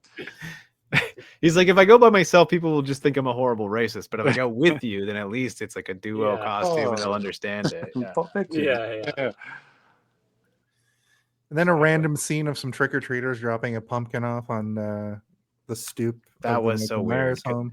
I thought they were gonna go knock on the door to be like, "Happy Halloween! Can we get some tricks or treats or whatever?" But Just to let you know that it's still Halloween. You know, it's that's true. We need to be reminded. too caught up in the reality and the webcam, and you need to know that it's actually Halloween. And like every time we cut away from the house, everyone's dressed up as a devil or a racist caricature or a boxer. I don't know what the one guy was supposed to be. Yeah, I don't know. Are they Was all he- from Pulp Fiction? Oh, maybe he Oh, no, because maybe. Bruce he was wearing a blonde wig, and Bruce Willis was blonde in that movie. I thought maybe he was supposed The to deep be dive on this Halloween party. And Yeah. Oh, yeah. Does Tarantino know about this? I I mean, he is friends with Weinstein. Why is this movie? Yeah, exactly. But why is this movie paying so much homage to Pulp Fiction and not other Halloween movies? Also, this just in. Where did you make that? Oh my god! Ding ding ding ding ding ding. Listen, ding, Alex ding, Gow ding, is ding. a legend of the sport of Yeah. just Whipping up what quick it is. stuff. I wrote down this has to be the most boring reality show ever. They actually talk about this during the movie. Miles is going to be the man in the chair, isn't he? American Pie guy keeps sexually harassing Katie Sackhoff. Oh my god! Like at least maybe 7 to 8 times Yes. before. Like He literally like takes his dies? camera off and puts it down her fucking top here. that's before they even get close to the house. That's when Yeah. they're being introduced. That was to in it. the green room. Yeah. We never really talked about the other characters that are introduced. We've got American Pie guy. We've got Isn't it the same guy from American Pie? Like it's the crossover. this is the same Whoa. character. Yeah, that's how he. That's Yes, why. it's the main guy from American Pie who's No, like, it's his twin brother. Then they talk about it. They talk about it briefly in the second He's American like, I'm Pie. a They're like, my brother got stabbed in the brain last year. he's the guy who they're all like, you have to lose your virginity or we'll kill you in the Yeah. first American Pie movie. And then we have sort of like smart redheaded woman whose Yeah. name I don't remember. Anna.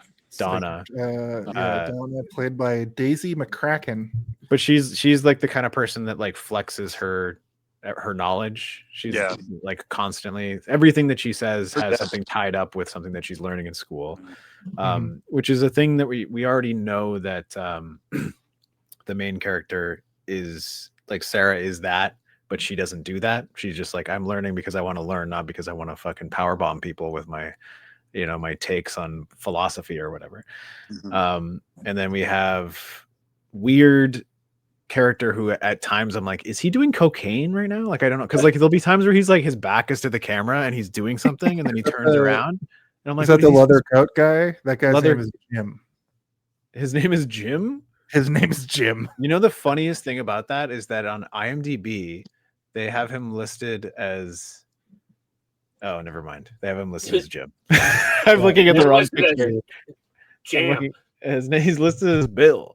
Yeah, he's listed as Jim. But anyway, he has like we talked about paralysis earlier. I'm like, oh, he does this thing where he like half closes his eyes and doesn't move his eyebrows while he talks and like looks down like he does like a Kubrick sort of stare, and then he'll do like a raising of the eyebrows or something. I'm like, oh, okay, this is the kind of guy we're dealing with. But he's doing a Jack Nicholson basically the entire time throughout the movie. I And always found it as Jack. You're right, and then the dude from the '70s Show. Yes, the master. Horrible person. Yes, the master. I agree. Yeah, I was getting a Hyde vibe for sure. Hyde. But that was also like, people considered that sort of character alluring or hot or whatever before we all realized that, oh, those are the kind of guys you need to watch out for. Yeah. They might do horrible things to That's you. why he's in a Weinstein movie. Yeah. But also Oh. that character archetype is a very like Nightmare on Elm Street and Friday the 13th style, like cool guy character. Yeah. Like, he's I liked when his character broke though, because it seemed like, oh, the movie understands that he's putting on this for the camera, like he's just being like this because that's what the people want to see, kind of thing. But then like when he gets scared, you see him be scared, and he's not still acting that way when he's frightened. Yeah. Or even when he has like a good idea, like when he's the character that remembers about the key, right? So he's like, Yeah. wait, hold on a second. And like he does like change for a second into like, oh, he's not just like this weird character that he's created for himself. He's just doing that for not for us, the audience, but for the audience watching on the internet. I thought that was a good choice. I don't know if that was him or the writers or directors or whatever, but it made the character seem like a real character, whereas some of the other characters absolutely don't. Like Pervy, I can agree with that. Like in the brain. he likes smart women too. Like he wants to, like, I think that their relationship in this has like the most weight because they do have a lot of scenes together. They have like the closest to a sex scene, but then also he, like you said, he does that thing. I don't think that I would call anybody interacting with anybody else in this movie a relationship in any way. Fair enough. What about Fair Jamie Lee enough. Curtis? They may have been paired on screen at the same time together, but there is no relationships happening in this movie at all, except for like the previous already established relationship of the three friends going in who have a non-romantic platonic sort of like for each other, which is we learn about later when the two characters smoke weed together. It's very clear that they're not like romantically interested in each other. They're just like hanging out, which I was like, oh, that's refreshing. Because like I thought that maybe it was gonna be like a dumb thing where it's like, remember that time we fucking butt fucked in the closet on dorm level 4 or whatever? Didn't happen. They're just friends. Yeah. Well, Bill, the pervert guy gets Katie Sackhoff to. He's like, "Wait, you flash? She'll be a fucking star." She starts taking this stuff. Need money for your school books? Yeah, you want to be a star, don't you? Yeah. Let me see them nips. Yeah, and she almost does. Michael is watching all of this from the shadows because Michael Myers also kind of a pervert. I know that he's waiting to get his kill in, but he is also like gooning a little bit, I think. Yeah. Michael Myers is the original gooner. That's what they called him. Yeah. Before in the original edit, movie, he was credited wasn't as the Gooner. yeah, I was gonna say in the original cut, in the credits, it wasn't the shape, it was the gooner. Oh, Some teams, And they were gonna do like a Jason Voorhees style, like, but instead they just had a mask going like. Isn't that like Black Christmas? Yes, that is what Black Christmas is. The original gooner. Never mind. Oh, that's true. Yeah. some teens come into the office where Miles is like watching this shit. They don't even he's like, notice he's there, which is very funny. Yeah. Why don't you hang out and watch this with me? They're like, of course we will. No. This is a good joke. You can't skip over this good joke. So they come in and like they don't even notice he's there. He's watching this thing on the TV. He's gooning. He's streaming it from the computer to the TV, which is like already genius move. How do you do that in 2002? No one knows. But they try and lie on the desk, and he's like, "Whoa!" And they're like, "Whoa! What are you doing?" And then he's like, "What are you doing, you pervert? You watching fucking porno in here or some shit?" And he's like, "No, I'm watching a thing, the streaming thing. You want to watch it?" And then the guy says, "No," and then the girl says, "Sure," and then the guy says, "Okay." It's this very like stupid cartoony thing. It's pretty good. It's a good thing, but then I realize what's going to happen within this segment of the movie.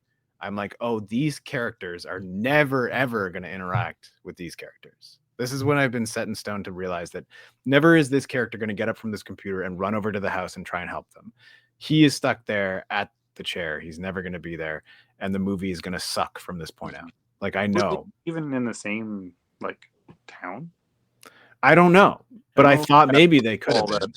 that. They did not do enough for me as an audience member to understand how much distance is between them or where they are geographically, if that's even a Yeah. possibility. Well, they kind of did, because Sarah's like, I'm talking to this person over the internet. Well, that's a good question, Strauss, because it's like, is he like one town over and they've never met in real life, and they will never That's what meet I'm in real saying. life? The movie did not do enough for us Yeah. to let us understand where they are geographically. I'm sure there is a line somewhere in there, but my one time watching it years ago, when I deleted it from my mind, and my 2 day ago watch where my mind is actively trying to delete it, I'm surprised I'm remembering as much as I did.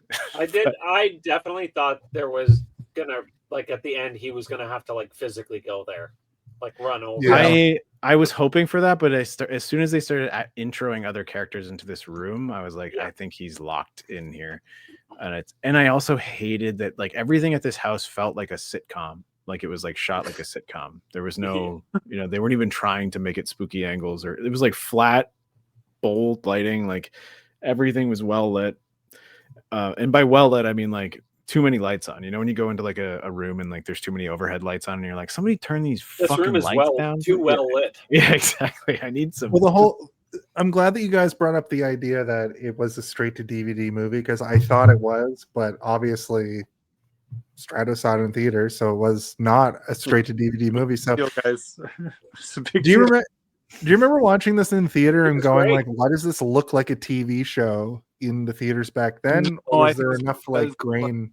It's that, oh, they're gonna do found footage. Oh, found footage horror is now like really cool Yeah. and popular. So like, I mean, who looks at that idea and go, this does look like cheap production? You kind of already, oh, Especially when you have that hard edge from the shitty, grainy Yeah. camera footage to something that looks more professional. But like, you can even tell that opening sequence is shot on film. Like, you can see the grain and stuff in it, and it looks good. And then there are even some pretty competently shot moments within the latter of the movie, like throughout the basement sequence is okay. Most of the stuff in the house is shot all right, but everything at the party looks like it was a B unit, and they just got somebody who was straight out of university who doesn't really understand how to shoot things. And like that, everything in that office where they're watching the movie is one angle, just pushed in. Like, they moved cameras up to get coverage of different characters, but it seems like they're in an actual room. Like, they're not filming anything dynamically. yeah. It's like, let's just get the coverage and we can cut I it think it's together. to feel like the audience on another dimension as well. But Like, the way it cuts to them is comedic almost. Like, it's like it cuts to them and they're all like, "Whoa!" But it looks like a sitcom, like something from like Nickelodeon or some shit. Yeah. It's terrible. We go through like a segment here too where like it's cutting around to different things happening. Like Donna and Jim go into the basement, they have a weird sexual conversation down there. There's a commotion upstairs where Rudy and Sarah and Bill like go up to investigate. Upstairs, you sound like Buster Rhymes, dude. Busta Rhymes and Tyra Banks, it just cuts to them and they just have a glass of wine, which also was like, what the fuck? I just kind of adding it like out. the wine like, pouring, because it's a scene where he's presenting dialogue and he's also pouring wine while he's doing it, which can be tricky. I don't know if you've ever acted and had to do like a complicated action like pour liquid into a glass, but it can be tricky. And he pours a little bit, and then he pours a little bit in the other glass, and then he goes back to the first glass and pours like so much more, and then goes back to the other one and pours so much more. And you're never seeing the glasses. And then when he gives the glass to her and takes his, they're so fucking full of wine. It's crazy. So much so that later on in the movie, I made a joke when they go into that room and there's just like that blood everywhere. I'm like, oh, Tyra Banks spilled all that wine they were drinking. But they do miss Bill getting stabbed in the head on the screen. Michael Myers catches up with them. Yeah, it's because they're celebrating their Wild. job. How well done. it's going. Yeah, this is going so well right now. also, Probably. It is crazy because like, wouldn't he have been considered that kid, the actor? He would have been probably the biggest actor out of everybody, maybe at the Yeah. time. Probably, yeah. Yeah. in that group for sure. Maybe that was like the thing they were trying to pull over the audience's eyes to be like, he's gonna be safe because you guys know him from your favorite pie fucker movie. He'll be in this the whole time. It's funny to watch it now for the first time, and because I'm like, hey, Katie Sackhoff's in this, and that was like kind of, you know what I mean? That was for me. It's like retrospectively the biggest actor in the movie. Yeah.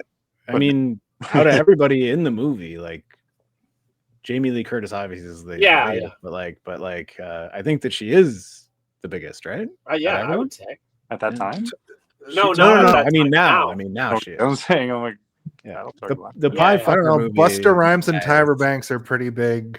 Like, yeah, but they're not big for being actors. no, I guess. Yeah, that's a good point.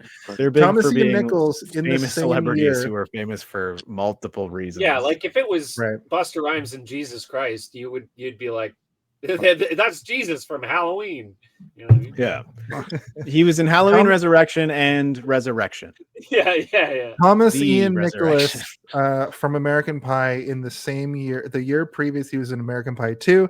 This year, he was in this, Rules of Attraction. And then the following year, he was in American Wedding, which is weird because I don't remember American Wedding being 2003. I was 18 when that movie came out. Jesus Christ. What happened? I got old. Yeah. I remember Wow. seeing I the went to second- see that with my aunt who was like pretty straight laced. And I remember there's a scene in that where there's a lot of scenes in that are fucking gross. But like a guy like Jason Why Biggs would you shaves go his to an pubes. American Pie movie with your straight? She was like, I want to take you to a movie. And I was like, I don't know, man. American Pie 3. Yeah, and then you decided not to exercise. That sounds like it's judgment, even you though did were that to 18. yourself, Freak. Jason. Yeah. I think you're right. I think you're right. You could have gone to see any other movie that came out in 2003, like Jason versus Freddy. Hey man, classic.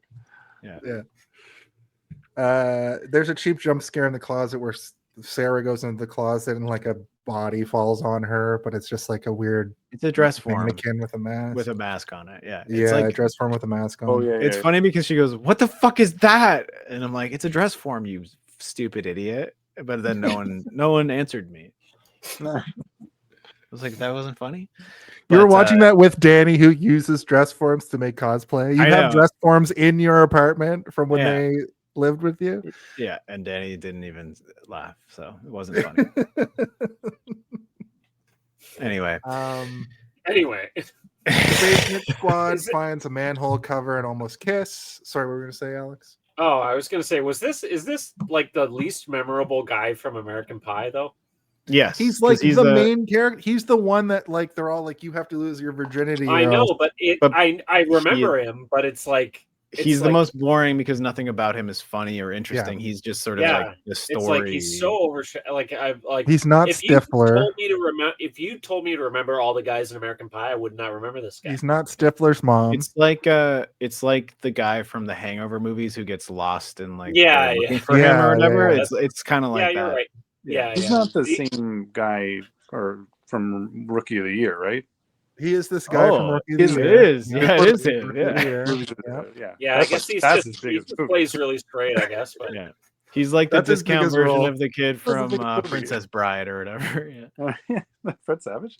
Yeah, Fred Savage. Yeah. The guy with the mole in the Austin Powers movies.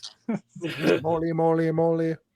We're gonna do an Austin Powers month. That was also my other biggest joke in this movie was at the end. They're like, "We got a celebrity for you. It's Michael Myers." And then I was like, she turns around. She's like, "The guy from the Austin Powers movie."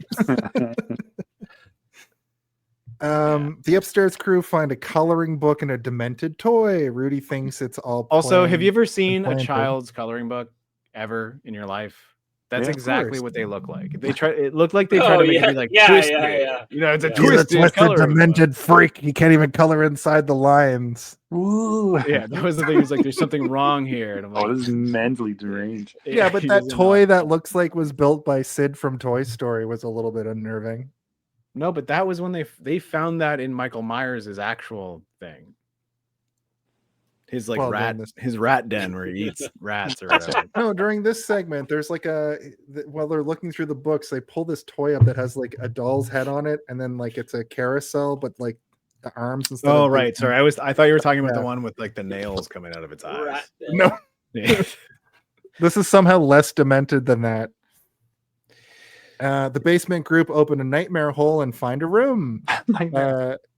A random exposition from the kid at the party. They're looking for clues, something that will tell them why Michael went bad. That's another moment where I'm like, are we missing scenes from this movie?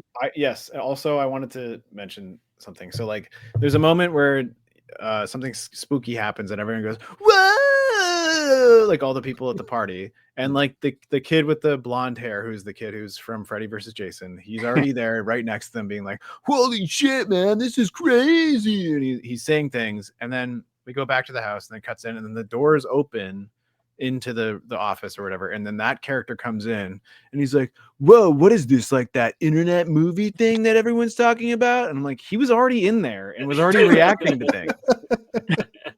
Because no one likes this party. They just like cut the shit out of sequence, and like he's just there now. Like, no, okay. And that's when I was like, okay, I don't care anymore. I'm just gonna watch the movie. I can't think. I'm not allowed to think. Nothing matters. They don't even care when they're going to introduce and then not introduce and then have a new character show up who's already been saying stuff and be like, what are we even watching? And when they find the chains on the wall, I'm like, oh, he was tied up here. And Donna goes, it's like some sort of sadistic playpen. Yeah. At this point, I already know the whole house is fake. So I'm like, this is some weird fake bullshit. But it makes her horny. Well, she's a horny brainiac. Yeah. Classic Donna. Don't you know that the classic villain from Superman, Brainiac, has a chainy sex dungeon in all of his spaceships? Just in case he gets into the mood.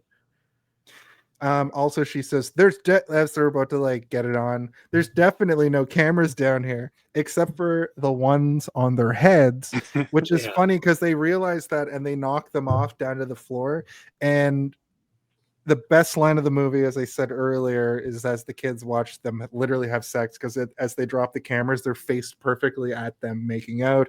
Yeah. Busta Rhymes and Tyra Banks totally they put counterweights in those things so that like when they fall, they like pivot automatically towards the most heat signature thing in the room. Yeah. And then the Jim says, say something smart, as he's fucking getting hard. Actually, he says it like this: say something smart. Oh. And then you know what happens then? The wall breaks and a bunch of corpses fall out. But then they immediately discover that the corpses are made in Taiwan. So no one gonna ask like, how the fuck did the wall fall down? Like, do they have like a pump in there or something to like pump the wall down? Like, I think that's what it was, because they cut back to Tyra Banks and Busta Rhymes being like, it worked. So I guess. But did they like hit a button to be like, dun, dun, dun, dun, yeah, like that must be what they did. I guess. But you know, you guys ever seen like House on Haunted Hill? Like they installed a titty operated like wall collapsing unit or whatever. Yeah.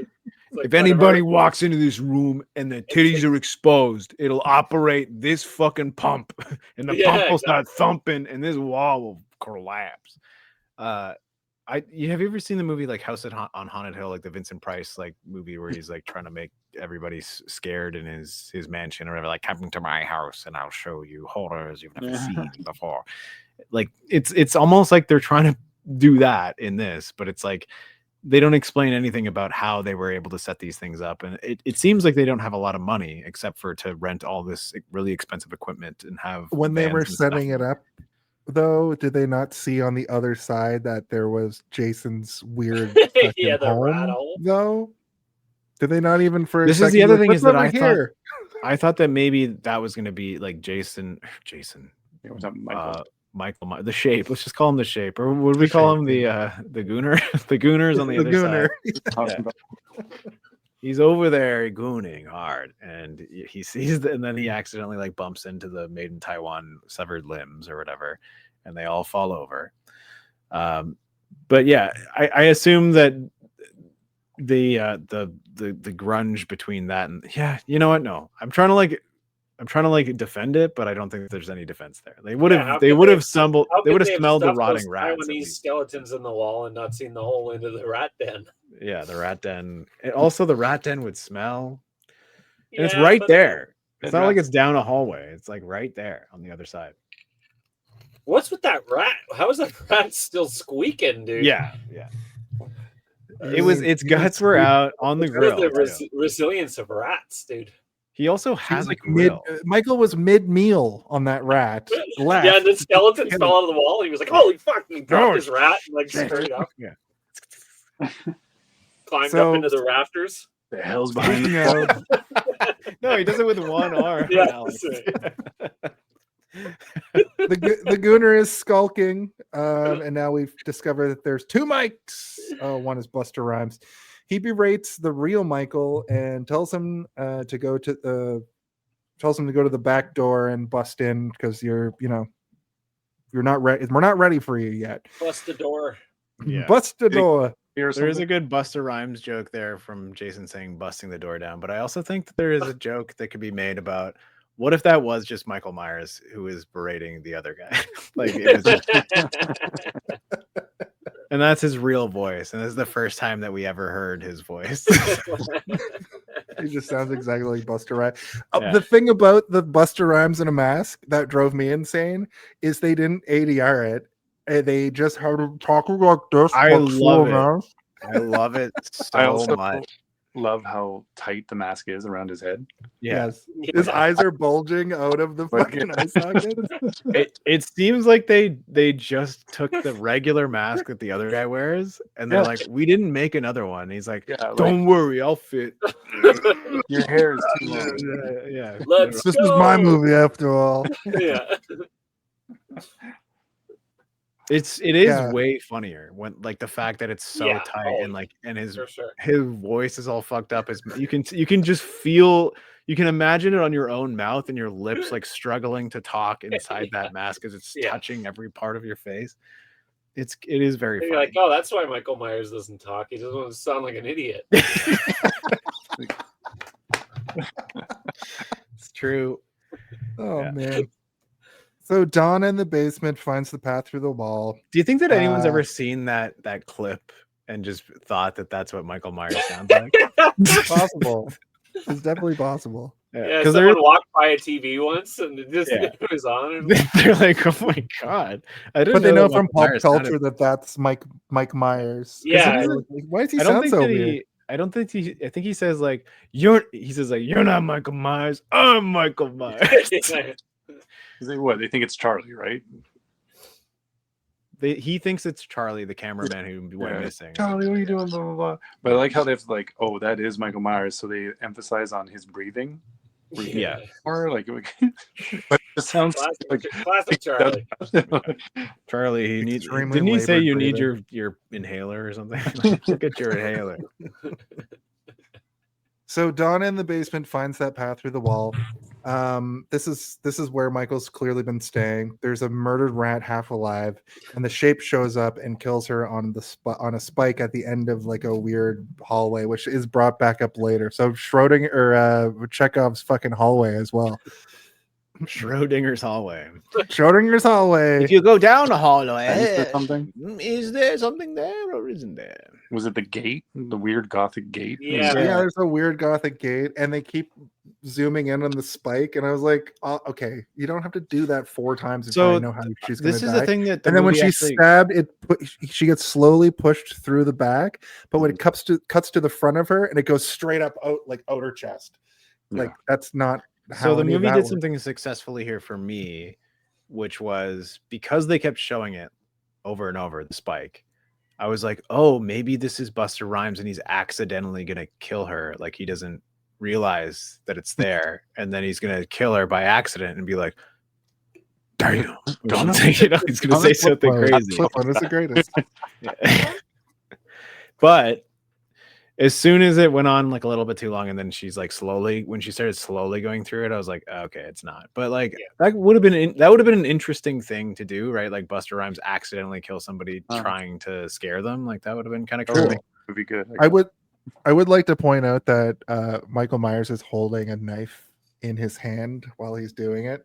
So Well, this one was for sport. But he was. Oh yeah. Oh, like he could have stabbed her. Right. But I- He could've just, Yeah, like, yeah. Right. Yeah, but Yeah. it's like playing Brutality. Mortal Kombat, right? You want to use the environment when you can. Yeah. Yeah. He's trying to get the achievement for 50 environmental kills. Yeah. Back at the party, Miles knows this is all real. He clocks it, but the rest of the He people says at it the like party are 20 times, and they're all like, "You're a "This pervert." is You so dick." fake. Yeah. Yeah. He said This it is- probably said it to the chair too. They didn't show that. They Yeah. look at the chair. He's like, "This is real. The chair's real." Eventually, he was right. Yeah, he kept. It seemed like there was going to be a Skeletons come out part of the where wall. Those are real skeletons, you there's guys. skeleton. Those are bones, real bones.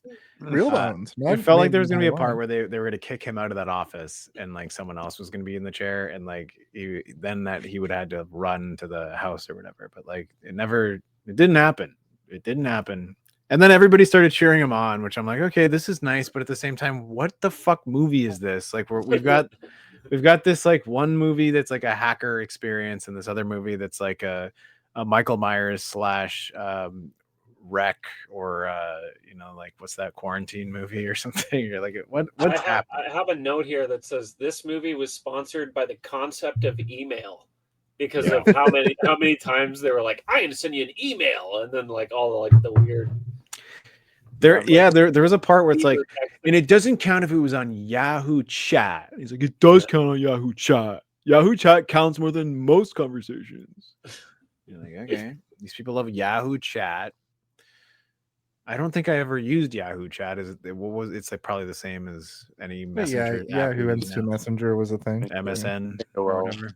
And then AOL, ICQ, MSN Messenger was a big one. Yeah, that's where. Crazy how many there were back then. I feel like this movie could have been made now in like a streamer. Like if you just make it a bit less like reality. It's not a reality TV show. It's like a Twitch stream. Yeah. I feel like this movie easily gets made now. And it would probably be better maybe because of the fact that like you could show the whole thing through the stream, and it would probably be That's more actually like points towards this movie. I'm realizing that like we're literally streaming on Twitch right now. Yeah, And I feel like if this Michael movie Myers predicted came up these behind things. me and yeah, and stabbed you. Mind you, there was that recent Texas Chainsaw Massacre in that one scene where they're all on it. They're like live, right? While the whole thing, and that's I don't know. It didn't really. Oh, I also I I don't think that you should ever do this kind of gimmicky shit for any of these characters. There's No. just It's like they're because of the time, right? 2002. It was so heavy Yeah, on yeah. what we're saying. yeah, it also was Stratos. I don't want to frighten you, but there's somebody gooning behind you right now. Ding ding ding ding. I'm gooning him. He's gooning me. When He does has the sex pig end and mask. gooning begins? I'm all about the goon. So Jen and Rudy get high because why the fuck not? Sarah encounters the shape. Rudy gets got. This whole sequence where Oh, the spice. um What was the spice? yeah, Yeah, he's like, my eyes. Gold dust. yeah, the gold dust maneuver, as we like to call it. Stabbed with Fennel How that. am I the dust. one to make that reference? Michael grabs her, but it's Buster Rhymes. They call him out. He also says they are boring and they want to give him the razzle dazzle, which was a funny little moment. He turns the feeds off to be like, listen, we are in the middle of a situation where I don't know that the actual Michael Myers exists yet, but we also all need to act freaked out. And also, we got to give him the razzle dazzle or else we won't make money. And the whole point of this is to make money. Meanwhile, I'm still in the headspace that's like, this shit is so fucking boring from somebody watching it, even though it keeps showing the people in the host party being like, this is the greatest thing I've ever seen. It's just a bunch of people running around and like falling over from the point of view of the people watching it. I mean, if I saw that in 2002, I thought that would be pretty cool. Yeah, for sure. Yeah. You would I do just too, you but would I have don't just know. been excited about the idea of watching Yeah. a live stream on the internet. You'd be like, "Holy Yeah. shit! I guess. Yeah. I don't know. This guy has a computer in his house." Yeah, what the heck? Computer. Go on a Yahoo chat back in that time frame. Whatever. Yeah, for sure. Make loud noises while people were talking over, and just thought that was like the fucking bee's knees. Yeah. It is kind of Vigilante like in its early age was the funniest shit Yeah. you could ever. You would laugh and laugh and laugh. Yeah. it is kind of like Tom Green having his own podcast in his like home before anybody streamed yet, you know, like I guess you're right. You have to think about it through the lens of 2002. Thinking about it through the lens of 2025, like I see it from Busta Rhymes' point of view. I also see it from Busta Rhymes' point of view after he gives this like monologue about how make it interesting. He goes tee hee hee hee around a corner. Like, he that like whole, like, scurries away. He does. He does like a slink around the corner. It's pretty good. But like, I mean, you're right. But you know, if they were to try and do something like this now, it would be from the entirety of the story would be told through the perspective of the Twitch streamers, right? Like it would be us talking, watching it. It would be like a Twitch Blair Witch, basically. Yeah. Blair Twitch. probably happens Blair Twitch. in, like a new Jason movie. You're gonna see something like this, Yeah. I hope not. unfortunately. It is I going to don't want happen. I don't want it. Well, They're like, I'm getting an email. Hold on, and it just says like, it's Jason. He's behind you. it just says key ma over and over. What does that even mean? Blah, blah, Jason. What? blah. Jen finds the attic. The others discuss what to do. Rudy and Sarah are going to quit. Jen finds Bill, who's been murdered. The Shape appears and cuts her head off. Her head rolls down the stairs. And But this is like the dumb moment where yeah, it has to happen in a horror movie like this, where this guy just revealed that he's the one who's been walking around. But I think the issue with this movie is that like he just told them like almost like minutes ago for us, and then they see him upstairs, and then she's scared, and then it happens, and they're like, we don't believe you because of what just happened 2 seconds ago. It's not like we don't have like 20 minutes to stew on it and shit. Also, like, we don't have any time to stew on it because we already know that it's not true. This is like the muddy stew of a movie like this, where it's like, we already know that he's real and we know that what's happening is going on, which is also one of the down points of attaching an IP to something like this. It would have been far more interesting if we didn't know that Michael Myers was real and this was a world where like Michael Myers was just whispered about. Mhm. But here we are. We know everything is true, and we know that he's actually killing people because several people have already died. And now we have to deal with this nonsense where it's like, we already know that it absolutely is him. Was there a second for any of you watching him come out that you thought it was Busta Rhymes? No. I didn't not at even this think point. about the idea that they were trying to make me think that. So the only thing, Right. exactly. So the only thing that we're concerned about is whether or not they're going to understand this before or after the head rolls down to their feet, because we know she's dying for real. But like, what is the scene? You could have had someone be like, "Wow, that was a crazy effect" or whatever. Yeah, and it's But you know what kind of took me out of like it when it's just bad. when Michael Myers shows up at the top of the stairs and is about to cut off Jen's head, when he pulls the knife up, it goes shing. They do that a lot in this movie. There's a lot of Foley that lot of is shings. there, and there's a lot of like. There's a ton of that. Karate. There's so many like hand whipping in this movie, but I kind of like it though, because like, you know, I was watching. That's I goofy love as a good hell. whip. I love a good thwip, and like I love it when it's appropriate and it's not overused. So I watched the first It movie the other day, not the TV series, but the one that came out in 2017 or whatever. Yeah, And there's That's like a a good part movie. where It's actually there's a part where like It, the clown, like grabs the girl and she's like, I'm not scared of you, and like he pulls her in to like sniff her, and there's like a and like he didn't need to put that in there, but it makes it so much more intense. And then he's like, he sniffs her, and then he moves, and then there's another like as he pulls her away, and it's like, and you hear all his bells jingling, and I'm like, it's such a good kung fu movie moment thing, Which is great, but like scarier, and it makes Pennywise is kind of a feel more dream nightmare man. Like that's not really happening in reality. That's happening in a reality he creates for you. In the reality of this movie, I just thought it was funny that when he raises his blade to cut her head off, not the if it went shing when it cut her head off, I'd be fine with that. I just thought it was funny that it goes shing. It's a nitpick. I apologize. It's like when people wasn't saying you were point a wrong. gun up and it goes chip chip. Yeah. Or like there's you're holding it tighter, you're just gripping the metal a little bit tighter, like, yeah. I think more people brandishing blades should have a fucking shotgun. I like when in like a movie where like the rain hits the blade and it's like Yeah. like that doesn't happen. It doesn't happen. If you put a knife out in the rain, it doesn't go bling ding ding ding. It doesn't sound like a wind chime, but like it's cool in certain situations. It depends on the situation. The sound effect is not wrong, is what I'm saying.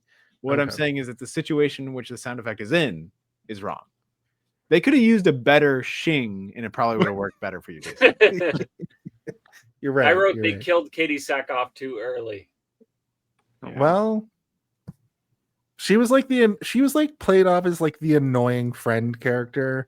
Yeah. So I'm surprised she didn't get murdered earlier. I don't know if she was played off as that. I think that she was that. I just was like that her. character. I just like her. So I was like, oh, I wanted her to be in more of the movie because now there's it took me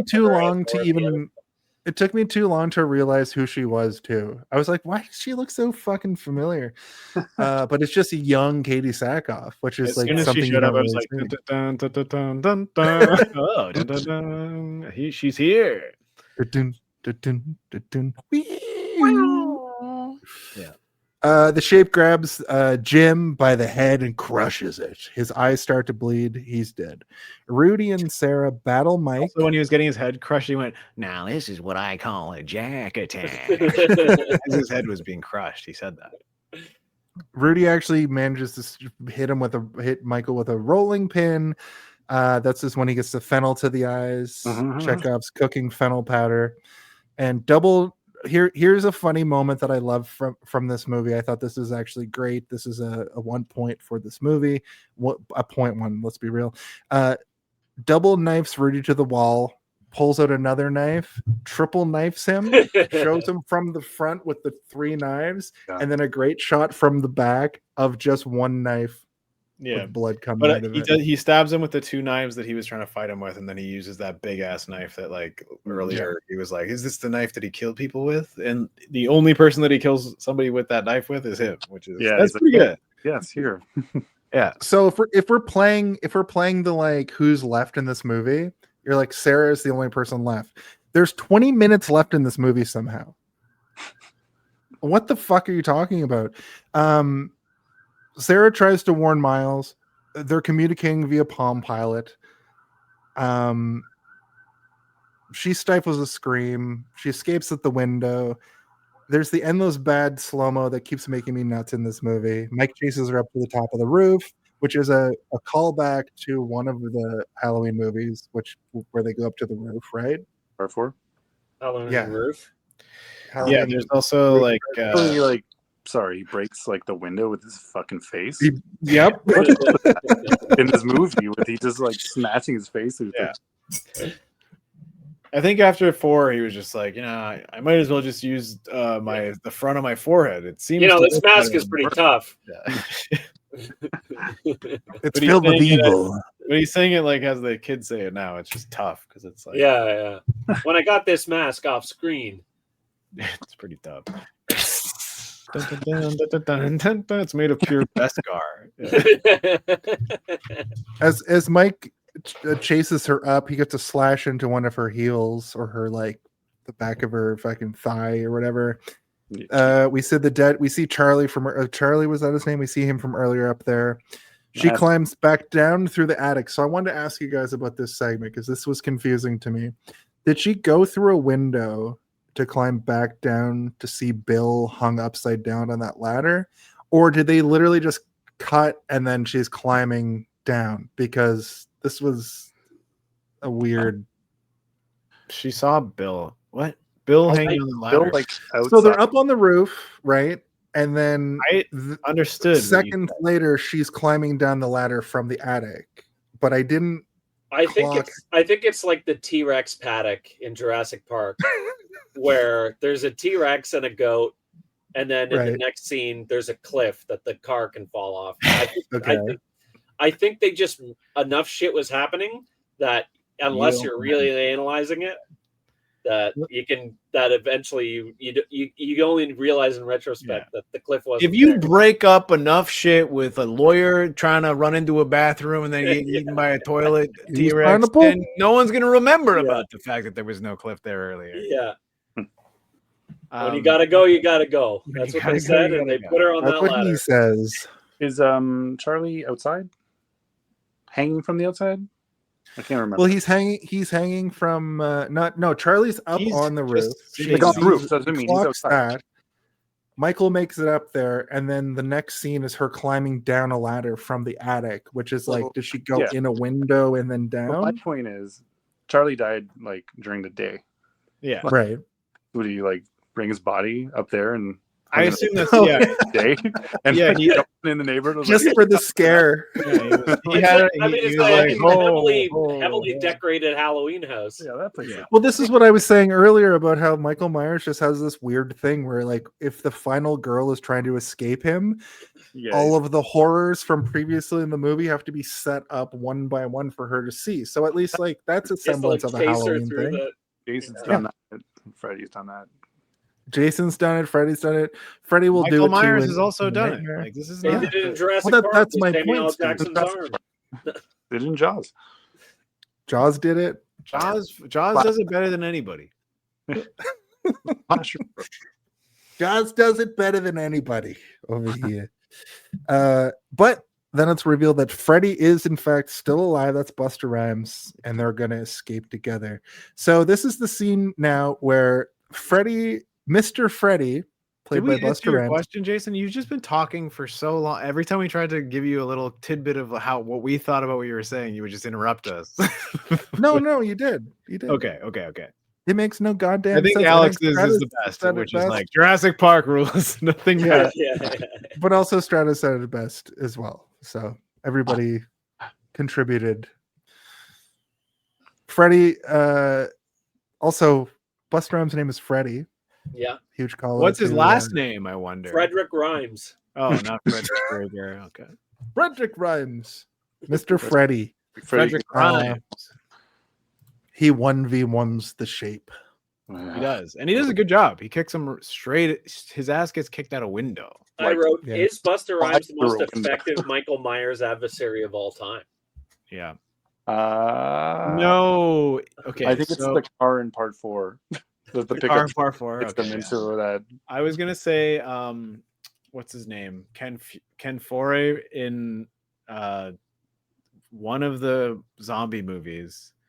If we count them, yeah, in the bathroom stall. yeah, Ken Fury like fucks Michael Myers up, but ultimately dies. Yeah. If you guys don't know, Ken Fury is like also like a horror icon who's been in like a million horror movies, and he's like a big man and I think in that movie that's where he gets his coveralls from. Is it Yes. What's that? his name? Ken Fury. Oh, I don't know. Ken Fiore. Is it Fury or Fury? I always said Foray. Yeah. Ken Foray.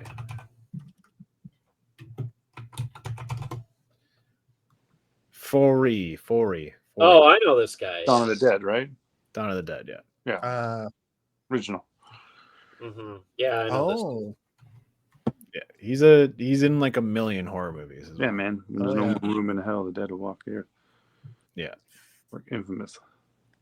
I was in Zone of the Dead. I watched Zone of the Dead. Welcome to I wa- Zone of the Maybe not Dead. a George A. Romero movie. Well, I wrote down like that's another film franchise that has like sort of branching paths based on the directors and based on like who owns the rights. And I watched like Night of the Living Dead, and I started researching it, and it splits off in a weird way. So I have all these movies like listed out in like the order that they came out, and I'm very excited because I like zombies. I'm gonna watch all of them. I'm gonna I see have- all of them. The Italian like box set from Zombie and on. And by part 5, it's birds. Spoilers for the zombie franchise. That's Or the franchise. That's one of I those guess. series that like that one actually grosses me out. Like I Oh, can't. yeah. It's too gross. It's too gross for me. Yeah. The eyeball.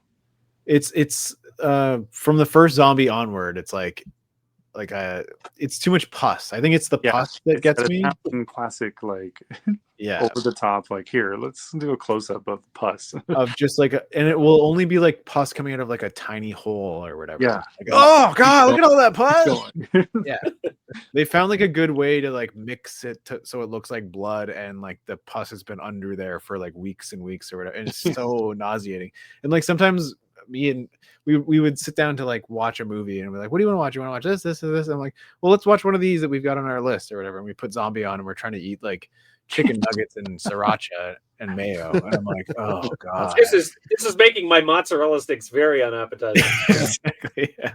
It's like the album cover to Metallica Load. It's blood and semen. Anyway, Sarah uses the camera to try and choke the shape. Why did Busted decide to do the Miss Piggy Hayat karate? I like bullshit? no. He keeps being like, "Hiya!" Because he was watching the movies. Yeah, this is a perfect setup. Right. It's the huge setup. The foreshadow. Yeah. He also doesn't do a bad job. Like he clearly, I don't know if he's taken some classes or he just watches the form and like has perfected it immaculately in his motel rooms that he's been staying in for years.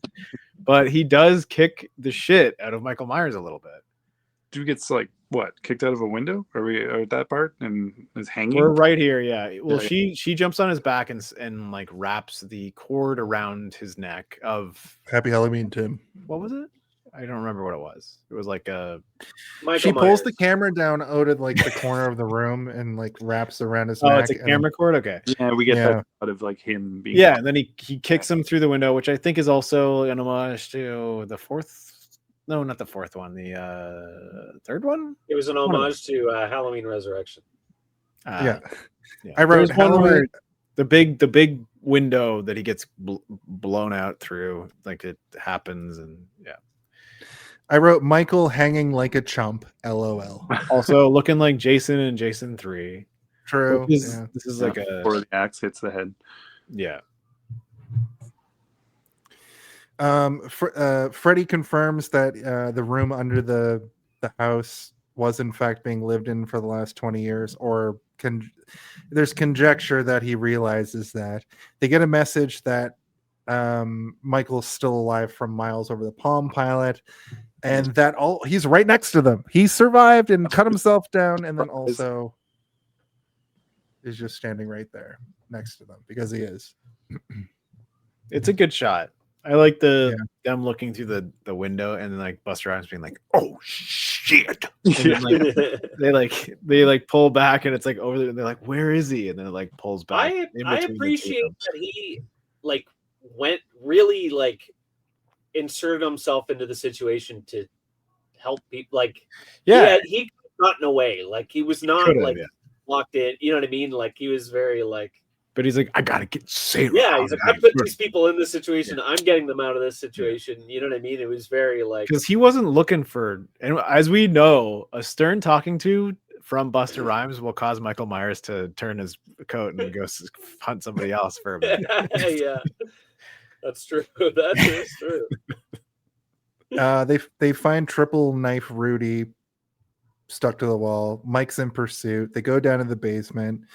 They find Donna murdered. They stop showing the camera point of view. She gets out. Sarah gets out. She gets slashed again. She's trying to like cover the hole in debris as she gets out. Another interesting thing with this is like, as she goes into the room where Tyra Banks and Buster Rhymes were like filming this all from, she finds that big puddle of blood. But Yeah. even though she covered up that manhole, Michael Myers is right there again. Like he's just made it through. So he's, that's that upper arm strength that we were talking about earlier. Just Yeah. one arm. She slips in Tyra Banks's blood. Which is the call, Um, by the way. Sorry, what? Slips in Blood is a callback to part 2 because it's the same director. Right. See, this is the thing that this is one of the things I kind of like about this movie. I feel like a lot of the stuff are callbacks to the previous movies, like almost like it's kind of a shitty movie, but it's Yeah. almost like a It's tight, best but- of the Halloween tropes. Even Because when in the, guy's head, that's like a callback to part yeah, and then in this next bit where the fucking room lights on fire, that reminds me of the end of Halloween 2, right? Like where the It's weird though, because like this movie didn't really work, right? Like in the way when it comes to callbacks from other movies, like you know, we've done all of them now. We've done all the Freddys, we've done all the Jasons. Like most of these movies don't really call themselves back all that much. Usually what they're trying to do is come up with creative ways to get rid of people on screen. But like the Halloween movies have never really been about the creativeness of how Jason can kill or the Shape can kill people. yeah, It's more the Shape so is much more brutal. Like he's much more brutalistic. but it's also much more realistic and frightening because he's just a scary monster. But when we watched something like Freddy versus Jason a couple weeks ago, like that was meant to be like, let's put the greatest of both of these guys, a mashup track. They're two artists working together. Let's take the best of both worlds and mash it together and see what happens. And you can have the best of, but you can also have a couple of original kills in there. And it works so well. And then you watch something like this where they're trying to do callbacks, but like they're not really making the movie better, and they're not even making them worse. Even it's just kind of like it doesn't land, and it's not making me think back to the other movies. It's just making me think like everything about this movie feels wrong. Like it doesn't feel like a Halloween movie to me. It feels like a Jason movie or a Freddy movie or a Chucky movie. Like I won't even put Chucky in there because like Chucky is his own. Chucky's a different. Chucky's his entity own altogether. independent being. He doesn't. Chucky doesn't have a bad movie, in my opinion. All right, That's right. for another time. If you compare Chucky's like movies, they all feel like they're in the same universe, and they all feel like the next one is the next part of the story. Jason, Freddy, and Michael Myers all go all over the place in quality. I feel like not Paul Dini. Who's the Chucky guy? Brad Dourif. Oh, Don Mancini. Don Mancini had a clear vision, and his worst movies are better than the worst movies from any of the other three franchises from the Grimoire. Wow. I mean, I like Chucky. that is a big opinion. I don't know if I disagree, but I don't know if I agree either. I'd have to have a conversation, an in-depth conversation, maybe a new podcast, not starting at the end of another. Yeah. Podcast. Fair. And I learned it all from watching you, Steve. Oh, I mean, I love Chucky. Chucky's my favorite one, but you know, I love Freddy. Jason's my favorite one, and not just because of the namesake, because of Can I- other reasons. Veer off with who's the Mount Rushmore for everyone.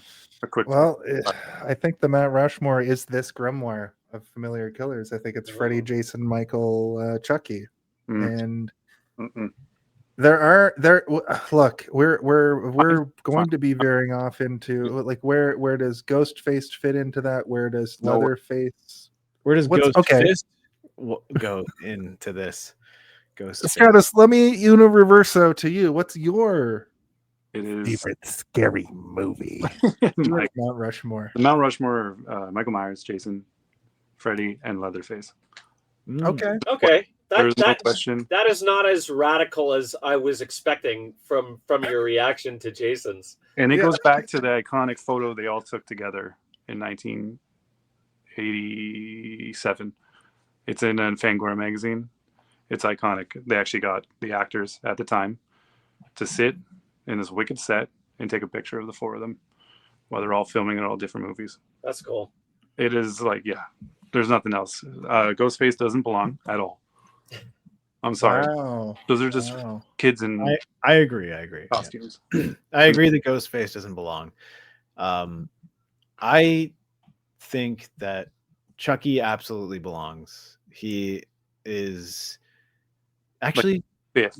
maybe not as the face in the Rushmore, but like Like maybe he's the architect of the But yeah, he Well, run. I think honorable Chucky mention. runs with the others. Yeah, he's up there for me. I mean, he's But he's a my little bit favorite funny, one. though. So, okay, how about this? We have our Rushmore, and then we have a Statue of Liberty, and that's Chucky. Chucky's like, all right, it's whatever. Yeah. I don't think you guys really need me, so I'll just be over here holding this torch up for anybody who needs killing. I figured if I was to die by any of them, like the 4, I get it. But like a Chucky, like that's embarrassing. Like, Oh, Chucky doesn't come up to you and be like, let's fight tough guy. no, I get it. But even if he like jumped behind me and I'm like, whoa, oh, he's got like a You would have already like stabbed my you neck. through the I'd be legs like like, several okay, times. buddy, You can't run. just back off. Like, get off me. Right. You weigh like 10 pounds. I don't know. Alex, how do you feel? I don't think I could take Chucky, but I don't know. I think it's more my own inadequacy than Chucky's mystical powers.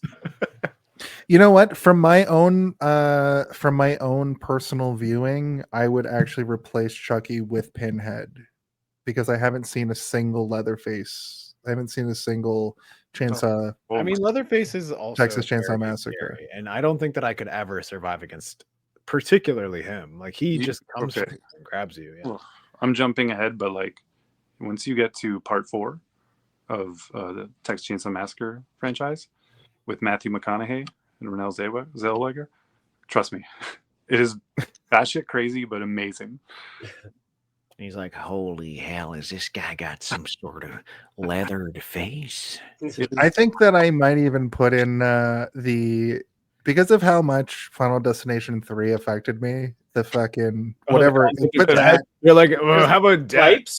Put a truck Just a full of flat pipes on face. Mount Rushmore. Who was it's it? just a square, it's a rectangle. The dude from Candyman, who like Yeah, well, it would be the dude from. It would be Todd? Yeah, Tony yeah, Todd Candyman. as Todd, yeah.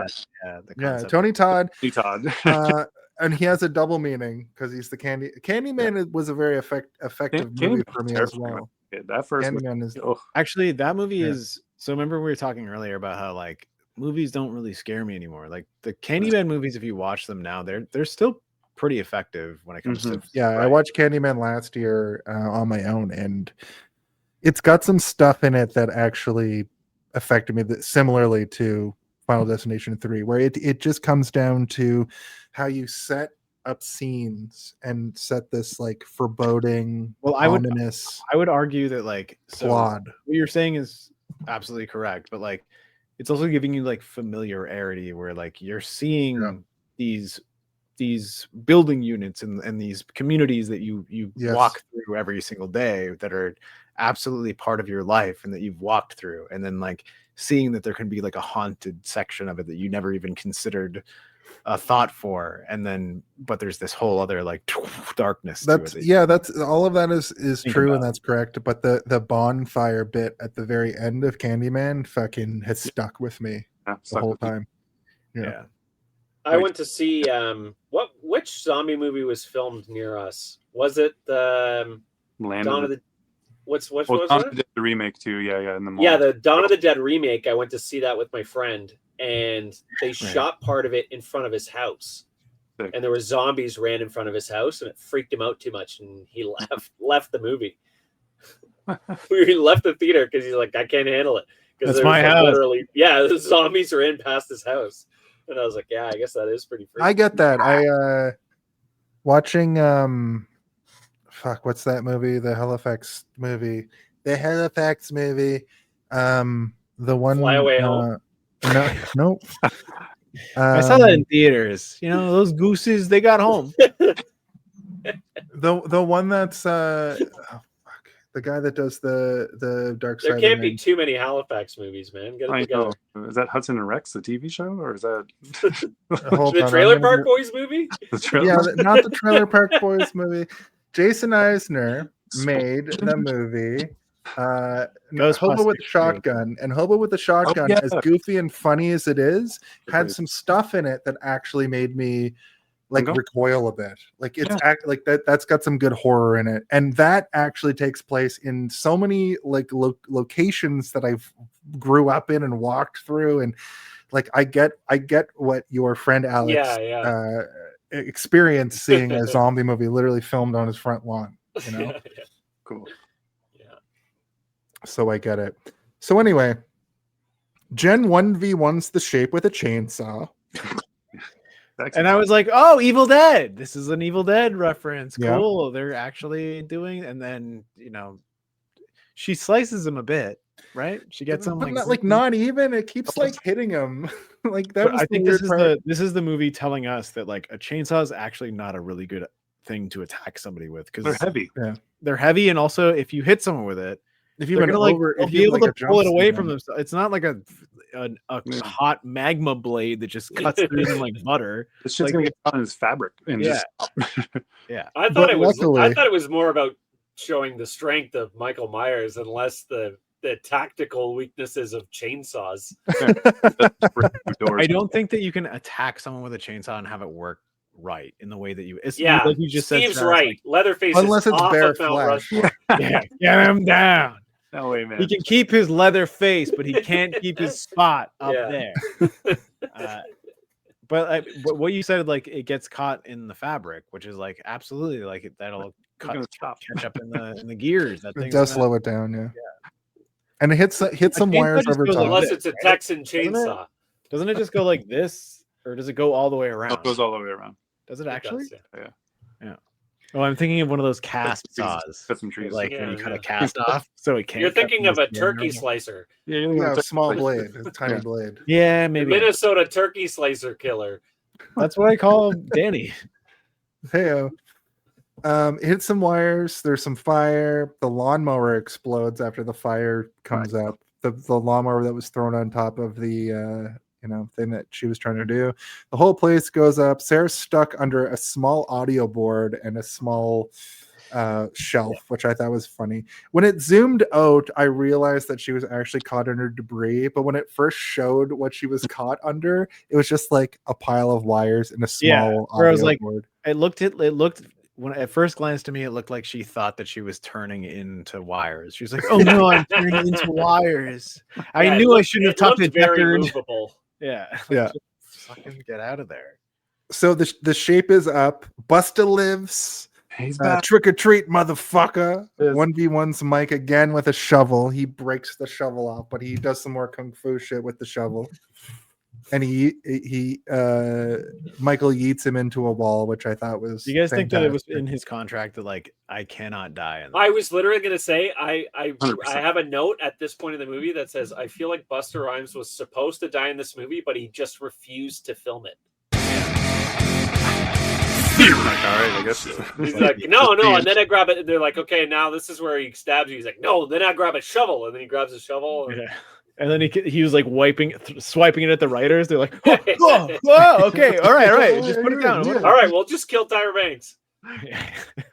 You know, Stratos, can you remind me where Michael gets electrocuted by Busta Rhymes? right in the dick. Yeah. Like, might as well go. Yeah, go Right. for the lightning rod. Considering we've gone with, a roundhouse kick, out a window, all the shit, getting yelled at by Busta Rhymes before all this. Yeah, Might as well just. Yeah, why not? Zaps That was, him in in the, the that was in the cost. contract. Okay, I want to yell at him. I want to make him look like I'm shit. telling you, this movie was conceived when Busta Rhymes watched a fucking Halloween movie. It Yeah. all What if I lines get up. electrocuted in the Everything dick? lines up. In the dick. I'm gonna Yeah, get dick. It's gonna be so. No, I don't think. I would just I don't shock think him we in the can dick. have That's you what he yelled at his electrocuted. TV by himself. What if in I his house. electrocute him in the dick? And they're like, he was like, please make him make high scream pitch noises. You know what I mean? They're like, no, we're gonna knock. Yeah. Yeah. Really? What Okay. about What all if those he's- computer what if his wires skeleton around there? What shows if I up just like grab Marge one of in Home those Alone? and zap? Come What on. if he's standing in blood and you know how his water hair is goes all crazy. conductive? What if he's standing in blood and he gets more electrocuted to the point that he puts his arms up into more wires and gets more Yeah. electrocuted? He gets crucified? It's a metaphor. yeah, okay, thank you. Resurrection. Resurrection. He gets resurrected. Blood, and then he comes back to life at the morgue. It's all Amen. resurrection. Spoilers. Hey, Mikey, happy fucking Halloween. Calling him Mikey is so good. Oh man. But at least after all this happens, Michael Myers is dead forever. Don't worry about it. Miles can see that she's alive on the news. Sarah's alive on the news. What a dumb text to send anybody. Busta has a bit of final speech about how no more Dangertainment and Michael's a chump. Too danger. Then knocks out a cameraman. Cameraman's just doing his job. And Buster's like, get out of here. Because they filmed the scene, like, oh, we're missing something. And he's like, I got an idea. Punch his cameraman. We're only at 85 minutes. Yeah. Yeah. They're wheeling the shape out, and Busta The cameraman and Sarah was telling him to stop doing slow-mo. Man, I don't think we talked about the fact that they did the worst slow-mo moments in this movie I've ever seen. But anyway, I just said it. 2002. 2002. Yeah, exactly. They want to make sure that Michael Myers is dead, which is a classic trope from all horror. They unzip it and they don't show it, but when it goes into the morgue, they do this funny thing where the paramedic is like, "You got a celebrity, get your fucking notebook out for autographs," and then the morgue operator is literally like freaked when he says it's Michael Myers. And then as she opens it, we see the most like boiled person you've ever seen, and his eyes open, and the movie ends. And that's that. Well, it's like he's already been burnt before in this timeline. He has both eyes in this whole movie, and we've seen him take a fucking coat hanger to the eyes and his face burnt. And 2 bullets. I don't understand where this might be a different timeline than any of the other movies. No, man, same timeline. I guess he just got shot above. Like, yeah, you know what I mean? In Halloween 2, but he also burnt to a crisp. Yeah. I've also said about like Jason Voorhees, like he gets stabbed in the eyes all the time, but I think maybe these like undead style horror slasher guys might have sight beyond sight. They might have like a thing But where like they're showed though. They show their eyes. that's the thing. Like, That's the thing I can't and they're beautiful. figure out. There's nothing wrong with it. Sorry, I had to go to the bathroom. Especially in No, this one. I it's think he's not at got all. like sterling blues Yeah, in this gorgeous. movie. Gorgeous. Yeah, I mean, it's just they got to kill him beyond a doubt every time. So But you in the can't contract, kill bro. someone beyond a doubt You can't. so many in the- times In the unless Halloween you're going to have an contract. inconsistency like that, right? Yeah. Like Yeah. there's no way to really Who owns burn him to a crisp so you believe the stakes are that high that he's dead forever, and then I be mean, like, like, well, the thing about the Halloween franchise that I truly believe is like the reason that they always have to negate the second one so often is because he gets stabbed in the eyes. So like he should be blind, right? Like he the can't- bullets. yeah, Shot. that's a good point from when you were away. Oh, sorry. Yeah. When you're making a little pee-pee, we decided to talk about how he got shot in the eyes. Right. But yeah, No, for sure. here he is with eyes all the time. Yeah. I mean, it's He's difficult though, right? Like, it's specifically like- two eyes in this movie. Yeah. That's why I like Jason, where he can regenerate if he goes back into the lake or whatever, and goes back down to the bottom, and his mom is yelling at him in his dreams or whatever. He can regenerate his powers. Well, he's a Come back. deadite. Yeah. Essentially, he is a deadite. I believe that. So, I mean, so that's does Sam the end- Raimi, and you know who created Deadite? Sam Raimi. So let's all Yeah. believe that. The Book of the Dead is in Jason Goes to Hell, which I know you guys covered. So I don't even. No, that's We are not. We have to cover that that's next. the last What? one. Whoa, You- spoiler! No, we haven't Do you done want to that yet. be? Do you want to come back, Stratos? But Yeah, do you want to come back, Stratus? When is it? When is it? In the year? half? No, in like May. Okay. Yeah. April, no, I love the whole. June. No. It's March. called the Spring Grimoire. We'll Spring let you Grimoire. know when it- down, especially for that March. because leading up Making it. of like the ending of that was like, oh, Freddy versus Jason's gonna happen, and it took like a million years. A million It took actually like 10 years. Literally a decade, yeah. But actually, 8 1980, years. New Blood was supposed to be Freddy versus Jason. That's why they have Tina be like Carrie, because they're like, well, we need something cool. This is Yeah. One of the best things that I've ever experienced in my life was reading through the scripts that they had for Freddy versus Jason. I'm like, wow, these are all so fucking cool. Like every single idea, I was like, this would have been great. This would have been great. And the one that we got, I don't hate it, but like there's so many other cool ones. Right? Yeah, exactly. I actually like the comic books that take place after. I have them somewhere in here. They're so cool. It's like, why didn't you just do it? Just make them into a movie. Yeah. Anyway, so this movie was shit, but those comics are great. Yeah. The Halloween franchise died here for a bit. Yeah. And they rebooted it. I mean, forever. They rebooted it after this. They got Mr. Robert Zombert to come back and do make another movie version of it. And he was like, "What if everybody was a hillbilly and they were all white trash and they all maybe were?" And he was in an insane asylum and obsessed with masks. Yeah, I'm kind of pissed off that there's 2 of them because it means that we have to do 5 weeks for that. The weird thing is that like I like Rob Zombie. Like I like him as a guy. I like his music. Yeah. And I think when I see him on like talk shows and interview podcasts and stuff, I'm like, this guy seems like a really cool, nice person that I want to have a conversation with. But every movie that he makes is either like grungy and weird for the specific purpose of being grungy and weird, or just like silly, like, and he doesn't hire anybody but his friends, which is why his movies never look good, because he's just been working with the same people he's like, so I got $20 million, so I'm gonna hire my friend Jacob to come do the lighting. And it's like, well, Jacob doesn't know anything about lighting outside of the first time you ever got Jacob Zombie. Yeah, they're all zombies, all of them. Family members. Yeah, maybe they do have just like a zombie compound where they're all just the Zompound. Problem with Zompound, yeah. Halloween franchise is he just kind of like did the same shit, like you're saying, like, oh, let's throw a rape scene in a Halloween movie. Like, what? Why? Yeah. Does Rob Zombie just hire his buddies? Is it like a Sandler situation where it's just like it is, except they're all zombies? Yeah. Zandlers. He's the Rob Zandler. I'll tell you right now that the Munsters fucking sucked. Oh, really? That's so shocking and surprising. Isn't that shocking to you? I mean, I watched it too. It's very weird. Not great. Yeah, it's weird and weird. Like, my dad liked it. He grew up with the Munsters, and even though I had seen the Munsters growing up, it's a different experience. If you're Gen X, you fucking love the Munsters. If you're a millennial, ugh.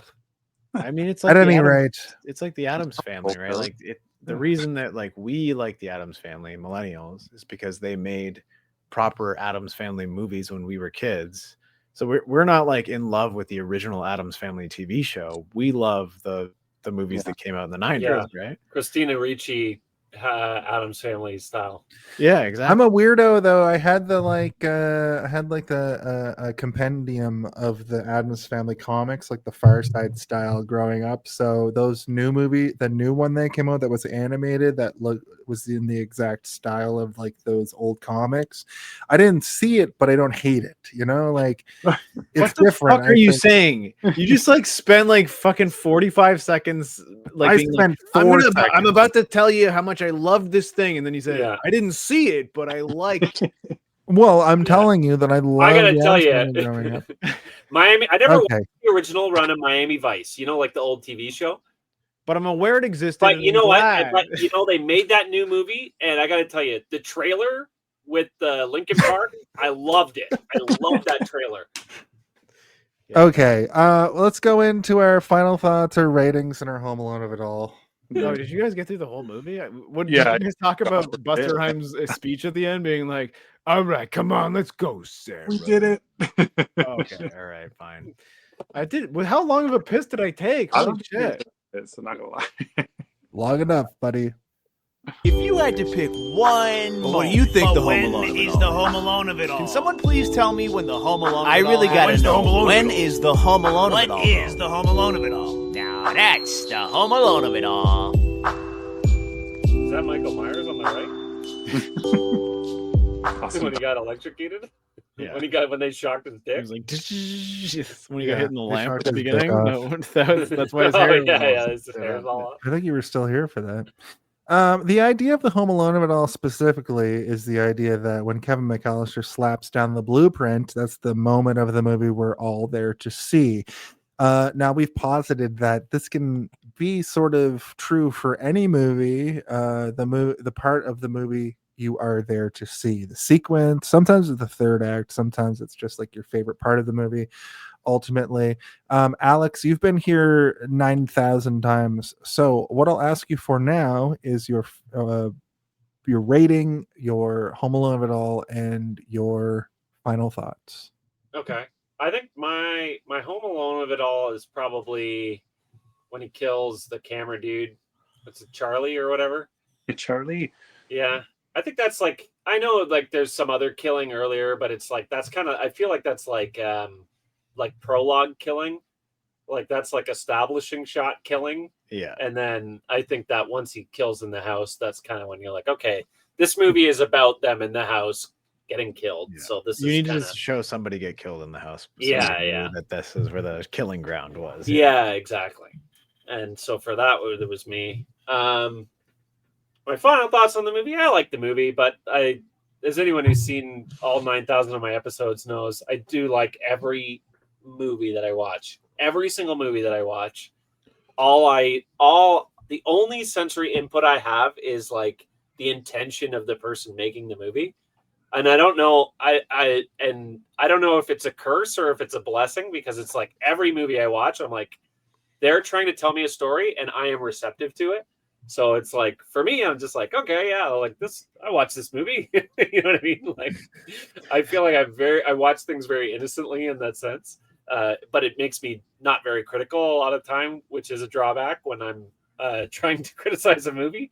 It's great that you could like maintain your childhood delight for movies, but you also shed the ability to be terrified by things. You're like, I'm no longer terrified, but I love this. Yeah, and I think for me, a lot of times that's like anything positive is +10, and then anything negative is -1 for me. Like, obviously, I'm not like stupid. Like, I know that it's not a good movie, but it's like, but I'm like, but Busta Rhymes carries me. Like 5 minutes of him talking is worth 40 minutes without him, or whatever. And or I'm like, hey, it's Katie Sackhoff. Or like when we watched Curse of Michael Myers, I was like, I'm like, hey, Paul Rudd's here. I love Paul Rudd.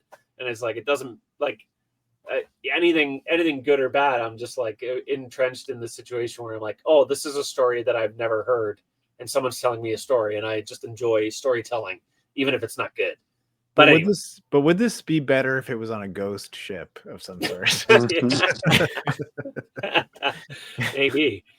But anyway, yeah, and I know that like it's the worst Halloween movie I've seen, and I haven't seen them all, but I'm like, but still, it's it's definitely like I'm not.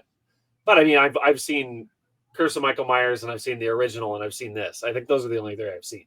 Oh, that's weird. That's a weird. Yeah. One of them I watched because it's Halloween, and obviously you got to watch Halloween. And then the other one I had to watch for this podcast, and then this one I had to watch for the podcast.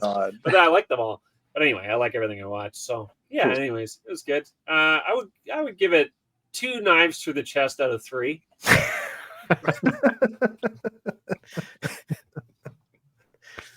Very good. Yeah. Very good. Oh, that's what I would say. Thank you, Alex. Incredible. Now on to some less favorable reviews. No, we're gonna hear from Stratos next.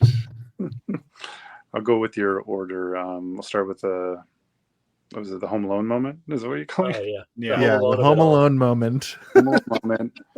To me, is actually when Donna gets killed and people are watching it.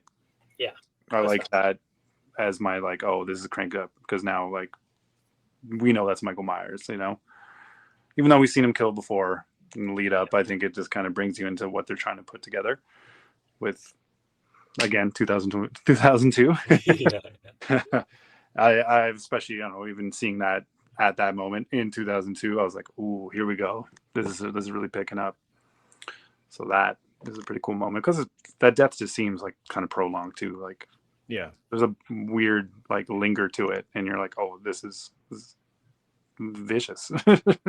It's less ambiguous than killing the camera guy, where it's like, Yeah, like I Yeah, gotta get you out of the way. You know what I mean? Like I think the camera guy is the only other one that lingers. Every other death is like, Yeah, it's just then they're it's dead. Yeah, shing! yeah. get back to like let's get to the point of Busta Rhymes is what I feel like it gets to, unfortunately. Yeah. Do I think it's the worst Halloween? I really don't like part 5. Mm. I find part 5 is really rough. Is that the cult one? Which one's No, I love. Is that where the town is like?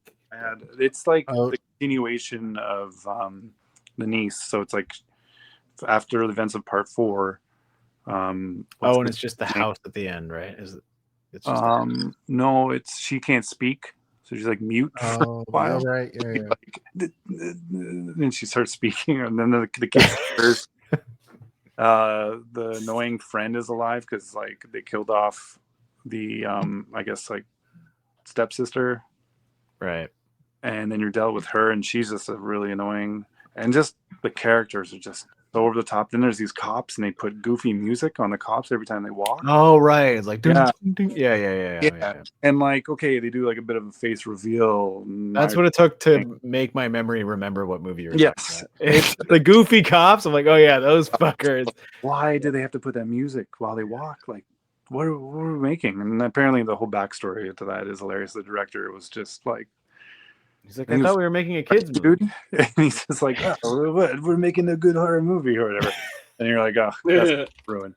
So I think that's worse than Resurrection. Resurrection has moments, which I like enjoy. But yeah, I could cut off the whole Busta Rhymes gimmick of all of it. Even if it's just Busta Rhymes was in it, Yeah. we didn't need all that other stuff at the end. I get though now it's his charm, unfortunately. Yeah. But yeah, He shouldn't be in the movie. Like he shouldn't he be could in a be in it. Halloween he movie. could be in it, but he doesn't have to, Yeah. do what he should, has to do. I mean, Busta Rhymes should not be in a Halloween movie. But in the Halloween movie that we watched, he was one of the better parts. Maybe the best part. I might say the best. Yeah. Yeah. Yeah. I mean, like, what? I don't know. I know what you mean. The time I understand what you're it was one of those like, oh, cool. Okay, where are we gonna go with this? Even when Michael Myers wakes up or whatever, his eyes lit up with his burns, you're like, ooh, I can't wait for the next one. Like, really, that's how it felt. I don't have anything clever on the 2 knife stabs to the chest or something. I don't know. I got like, I'm gonna go with like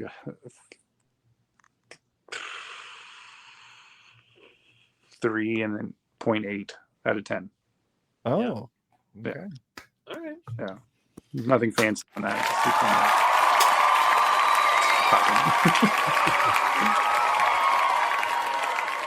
Well, thank you, Stratos. I'd like to officially invite you back to the couch, Johnny Carson style. You were a great guest, and I thank you for your time tonight. And yeah, good stuff. Sorry that we didn't have you here earlier. Honestly, Been a long time coming. Have you guys? I know you've done a lot of all the Jason movies, but have you done the fan film? No. Oh, you're missing out. It's called Never Hike Alone. They made 3 of them, and they combined it all into one big movie, and it's like incredible.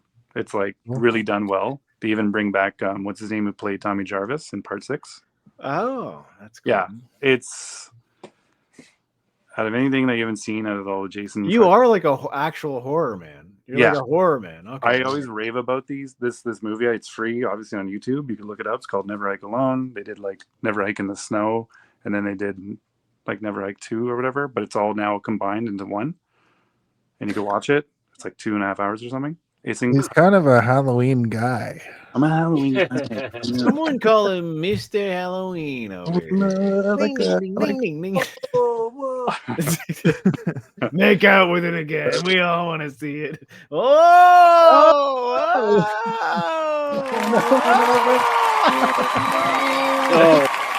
my god. Oh my god. Well, that's Jason X. That is a funny story.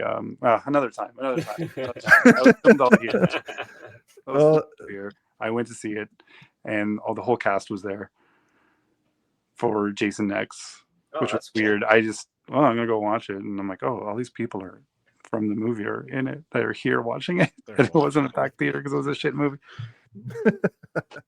Anyways, thank you. Well, thank you. Awesome. The I'll come cast of back. Jason X was actually 60% of the box office. They just kept going Uh, and going. Steve.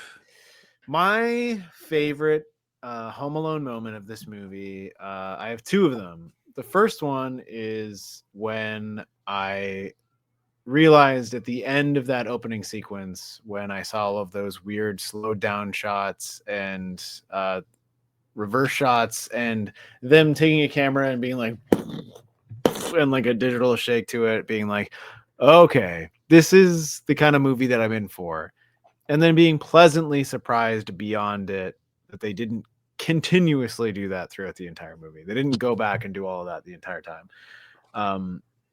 So I don't know if you would count that as a moment or an entire sequence of events. But I like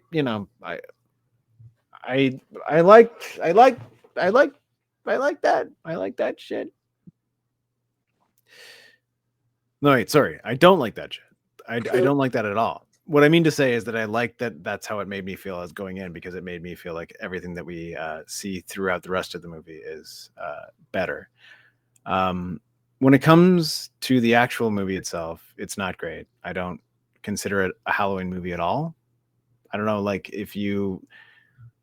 when you first like walked into this, thinking like, okay, we've got this cool Halloween intro. We're gonna have a Halloween story that we have had in the past. We're gonna have like him hiding behind bushes and have the Laurie moments where he's following a particular person. It's like I said at the beginning, where he's like he has no black book of like his murder list is gone, where he's like, okay, well, I guess I'm just going to go underground and eat some rats for a few years and see what comes up. And, he's reading the newspaper like, no, nothing catches my eye. And even the rats are like, come on, Michael, you can do it. You can go back out there. You can find somebody to kill. And he's like, eats half a rat and then throws it behind his shoulder, starts stinking down there. And you don't, there's almost like no expectation, and then they have to sell you this at the beginning, which is the whole idea is that these kids are going to be in this house and they're going to be locked in for the night, and it's going to be the internet is watching. And that's when I started to realize, like, okay, this is not something that I'm gonna give a shit about at all. Like, I don't care about any of this style of filmmaking, and I don't care about this storytelling. Nothing's gonna be good. So, the head in the dryer at the beginning, that's the Halloween that we knew and loved, and it's gone. And now we're gonna be dealing with, ooh, a camera down your tits, ooh, a camera up your butt. Like, that's gonna be the whole movie. And that's pretty much what it was. And I didn't like any of it. I'm trying to think of like other stuff throughout. I guess like the other part that made me be like, oh, this is going to be maybe better is when Busta Rhymes yelled at Michael Myers. And I was like, Michael Myers getting yelled at by Busta Rhymes is something that I didn't know I needed and I liked. And as I was watching him, like, wouldn't it be so funny if Michael Myers didn't kill him right now and just walked away and was like, okay. And then that's what happened. I was like, whoa, they did it. They actually did it. He's like, that's fine. Yeah, okay, I'll go do what He you took said. the criticism. Yeah. Maybe he improved. And like nothing great until the end, until Busta Rhymes uses his movie knowledge of other movies that aren't horror movies, his Kung Lee knowledge, where he's like, I was watching Kung Lee the other day and I could probably kick his ass. And he does. He kicks him out the window, chucks him to death. But nothing great. His ending speech was pretty good. Basically telling everybody on the internet and on network TV, y'all just want to look at me. Y'all just want to look at everyone. What are you talking about? Come on, Sarah, let's get out of here. We don't need this. And then they walk away. So beautiful. but also just a terrible, terrible movie. So if I had to give it a rating, I would say this movie is as good as the rubber mask being pulled off of that fucking severed head at the beginning of the movie. You probably should have turned it off there, folks. That's my rating. Rubber mask at the beginning.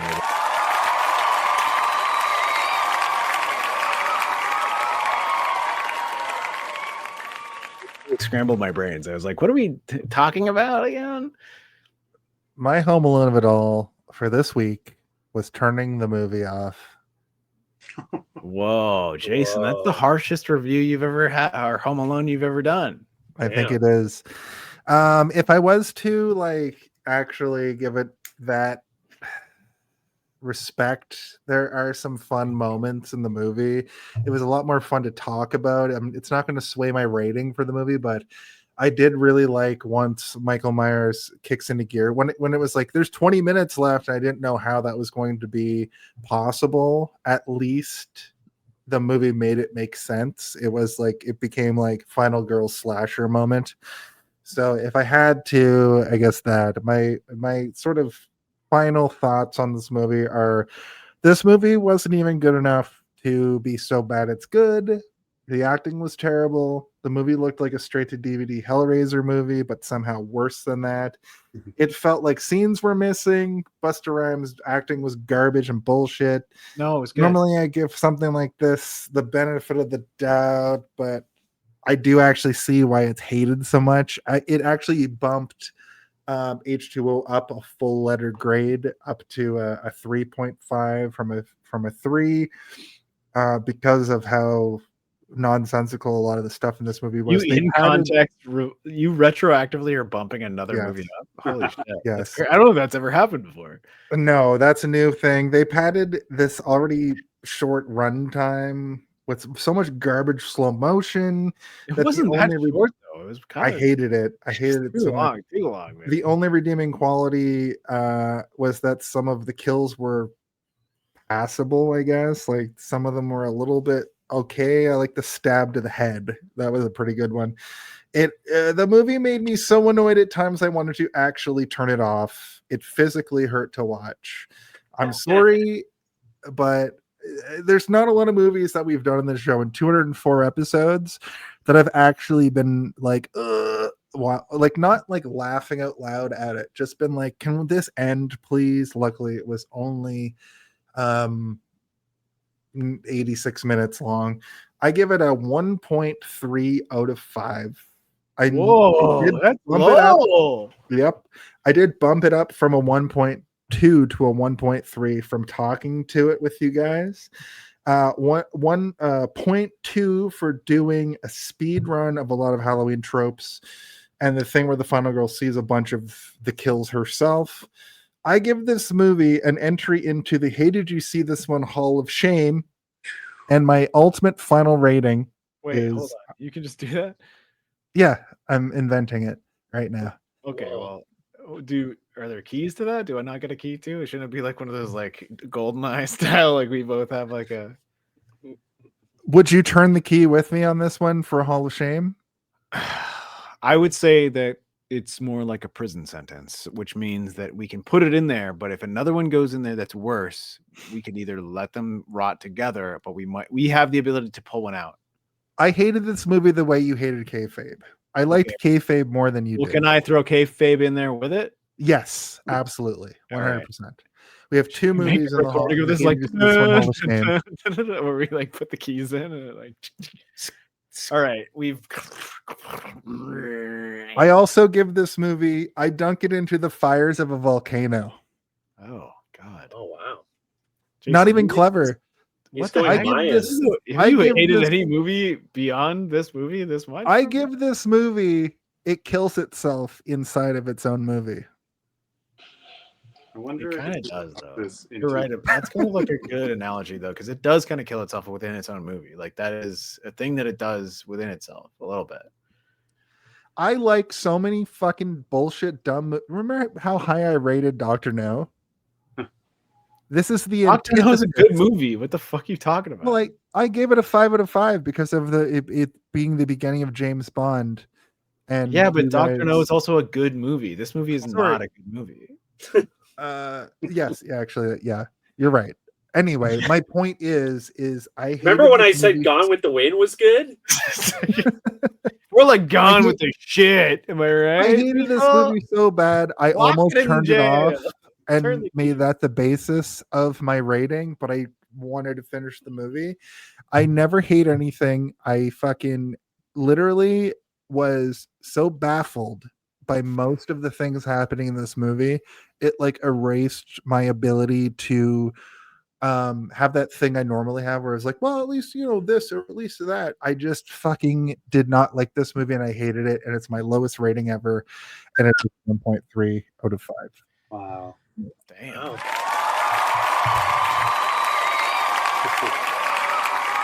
This is like every experience I ever have watching a movie. I watch a movie, I'm like, yeah, that wasn't great, but it wasn't too bad. And then I go online and people are like, this movie killed my parents. With a gun and a car. Yeah. This and movie left my drinking and parents- cigarettes. Yeah. This movie left my parents alive. Yeah. Wow. This movie was so bad that it took my bullying as a kid from a 2 to a 2.5. This movie changed the way that I fucking watch horror because You look like I you're slowly turning into like a Stranger Kids thing over there. Like the lighting changes are happening. The warmth of that light. Come on. whoa. Ding, ding, ding, ding, ding, ding. It's a ding. mood light while Jason Are we talks gonna about like Halloween. Yeah, that's true. All right, we got to go into our plugs. I think Stratus is tired. Look at him. He's I too We gotta put sleepy. this boy to bed. All right, let me just plug this in right here and. It's, Michael Myers. See, and that's a good pick. Legit. Stratus. What do you have to plug? I don't know. My social is xstratusx on Instagram. You can follow me there for wrestling. I also run a wrestling company now called Toronto Wrestling Club. We wrestle out of Henderson's Brewery. Oh, you run that? Yeah, I know. You're an announcer? What you want? Oh, are you allowed? Yeah, I'm allowed. I can do whatever I want. I already have it. I didn't go do the show tonight. Ooh, I don't Yeah. want. I don't want any heat. I already I got want heat. I heard about it. Anyway, we don't need to talk. I did hear about it. Of course you Uh, did. Yeah, come out next time. Let me know. I'll let you know. Come to the show. I think we're gonna do a December show or something. Cool. I'll get you the date. Come hang out. I'd love to. Not to work, just to hang out. Because Yeah, absolutely. Yeah, I want to see it, and I love Henderson Brewery. They're a great brewery. I'm doing a plug now too. Henderson Brewery, great brewery. great guys. Great. I'd also like to. I'd like to plug Stratosphere again. Having you on the show was kind of cathartic because I've wanted to talk movies with you this whole time. I just didn't know if you were the kind of person that would sit on this show for 3 hours. I was worried that you were like, "No, I'm not doing that." But yes, you were. So Get me back. Let me know. thank you. Thank you. He also discovered that you are not like him at all, Jason. You didn't watch the movies. Yeah, you weren't as spooky you as he peeled was. back Yeah. your mask I just and I'm a revealed the weirdo. security guard who never watched a horror movie but below Yeah. the mask. It's wild to me now. But I guess all we used to do is just watch wrestling at your place.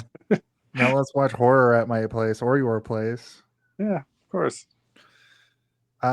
Just keeping on that same note, I'd like to let everybody know that you can find this show each and every week here on YouTube, Instagram, and Facebook. It's called Hey Did You See This One at 8 p.m. Eastern each and every week. We're going into the holidays, it's the times and places might be a little all over the place. I know that my co-host Steve That's me. is very busy with his thing that he's going to plug in a moment. But I would like to let everybody know that tonight here in Halifax, it's happening right now. You can't go to it. Wow. It's called Wow. Zombie Wrestling. It takes place tonight and tomorrow night, October 30th and 31st. I don't have a card. Like usually I show the card for the show, but really I can just show Zombie Mike with the Zombie Wrestling Championship. We do a show out of the Great Hall every month here in Toronto. You can also find all of the t-shirts you can buy from us here at Hey, did you see this one? We have from our very well received James Bond month an image illustrated by our very own Stephen Waters. Actually, these are all, besides the photo I just showed, they're all illustrated by Stephen Waters. We have Corporal Tunnel Syndrome. He's a villain from the James Bond universe that we invented. Maybe the next movie starring Idris Elba, this will be his villain. He's got shovels for hands. He's got shovels for hands. We also have the Howie Mandela effect, which you can get on a shirt, and you'll love it to have it on a shirt. Look at him drool. We also have the Grimoire of Familiar Killers. This is the original Mount Rushmore of on our show, but I think we might need to replace a few of these individuals as we continue on through the years. We also have the Eldritch Millennial. Pretty good. Pretty good. What a delightful image of a me, Jason, and Tim, and a few other millennials. I just kind of mashed a bunch of our friends all together into one thing. I'm the backwards. No, I'm not even the backwards hat. I'm the glasses part. I don't know. We also have Kill-Aid from the Grimoire era, from the Jason movies era. And if you want to get on a t-shirt right now, you can get it. It's Twinkerbell. Yep. You get Twinkerbell on a t-shirt. I wanted to see Stratos' reaction to that, and it did not disappoint me. Really great stuff, guys. Thank you. Stephen Wanders drew all this stuff. It's great. You can find it all here. Hey, did you see this one? I know that I changed up the pecking order of how we usually do it, but what I want to ask for right now is Alex Rhymes himself, Busta Rhymes' brother. Do you have anything that you want to promote this week, sir? Not really. Just watch my other episodes on this podcast. Because There's the so more many you of watch my episodes, the more reliant they are on me and the more episodes I can be in. And it eventually, I say this every time, it eventually results in this being my podcast. Right. I've been saying that too. I'm like, one of these days, Alex will just replace me. I don't have to do this anymore. You've actually done it about 10 times. I actually have a trailer for Alex Gow's episodes. Hey, Steve. Hey, Jason. I just wanted to congratulate you guys on 204 episodes. I'm really proud of you guys. A lot of people said you weren't going to make it, but I always do it. Anyway, we should probably go now. See you guys later. I challenge anyone to go on Vortex and hold their phone the whole time. I honestly, I cannot be more happy with the fact that like I know that you're trying your hardest to be like, you're trying to like think of what to say. So. Yeah, I definitely didn't even go in with a plan at all. Because I wasn't even fully committed to doing it. Because I'm like, okay, am I going to commit to this? Yeah. And then I also couldn't decide if it was going to be Vortex or Dragonfire. But it's crazy because like I probably would have been like, fuck, I fucked it up, and I would have went on. I would have. Oh, you'd have to keep going on. Yeah, you're waiting in line. You're beating yourself up in line the whole time, waiting for Vortex. This one, I'll be practicing. Stop in line. fucking it up. Yeah, exactly.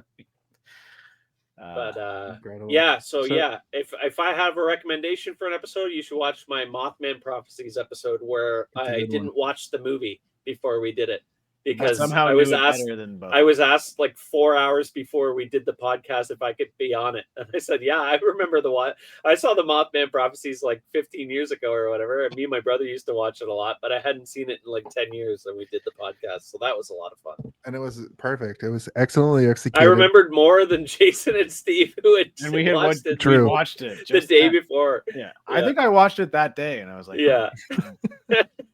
Why does this guy know more than us? Yeah.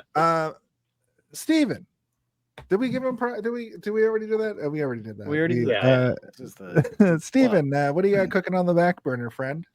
Well, as I always talk about, we have Stanland, which is a 5-part audio mini series comedy podcast where I do a bunch of voices, but it's also populated by actual celebrities like John Hamm and Rhea Seehorn and Bobby Moynihan and John Waters and like a bunch of other cool celebrities. But I'm also in there too.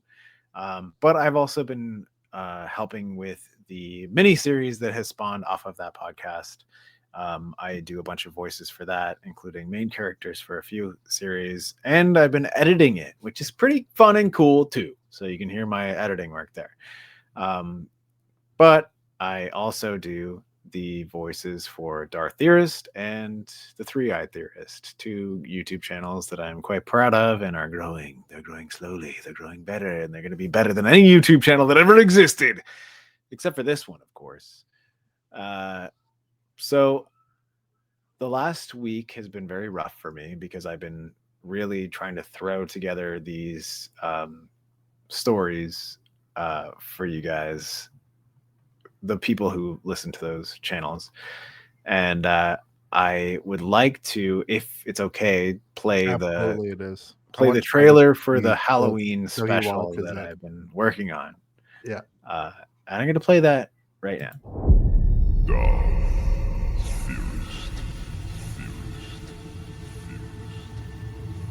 A long time ago, in a galaxy of endless wars. Some stories are older than the stars themselves. Tales whispered in shadows.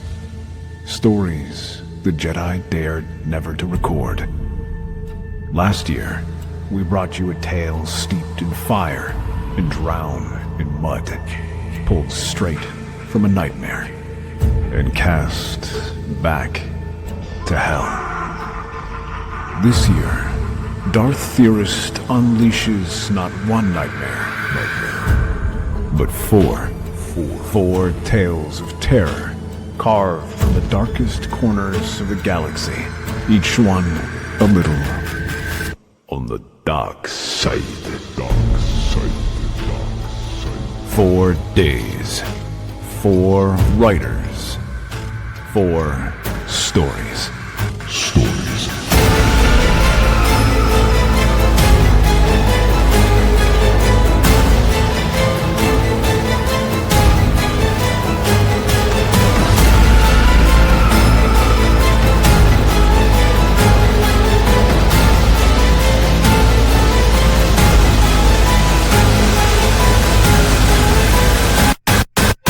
Let's explore the depths of it in the videos.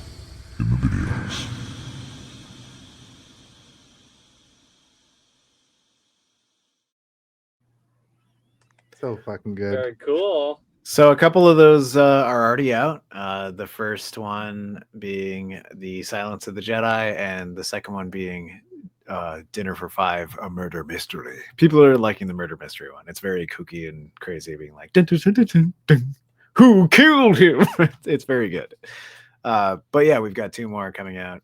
I think they're both going to drop tomorrow. Like, we really wanted to have them all out by Halloween, but stuff happens sometimes. Editors not realizing that they're going to have to edit in time. I don't know. I'm not trying to call anybody out or anything, but it's been very fun. I do all the voices for Darth Theorist and the Three-Eyed Theorist, and as well as the narrator. So come see, come look, come check it out. They're fun and cool and spooky.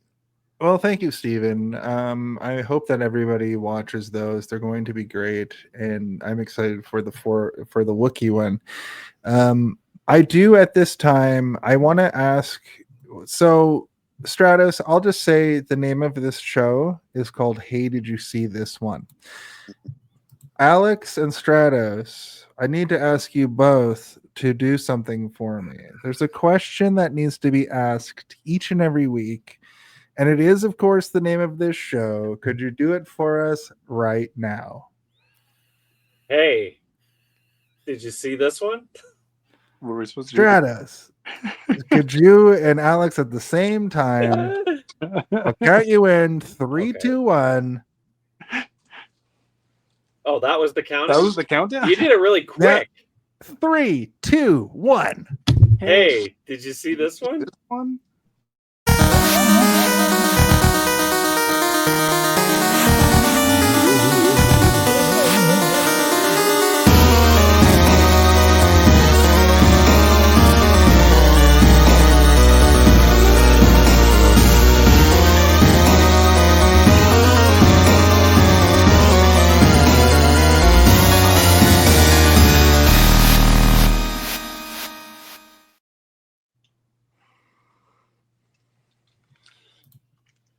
Hey man, do you guys ever wonder what it would be like if Michael Myers popped down from the ceiling with one arm?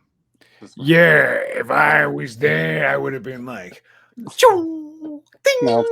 dong, bing, ding, dong." Kung fu action, dude. And what else? It's like kung fu and electricity.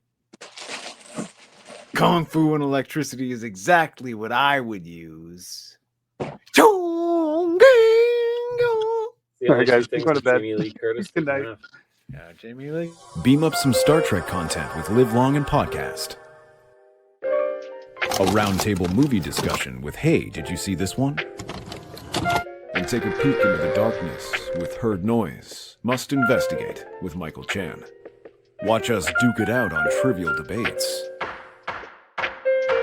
And let's chat about TV with the Super Mater Brothers. It's all here on the United Federation of Podcasts.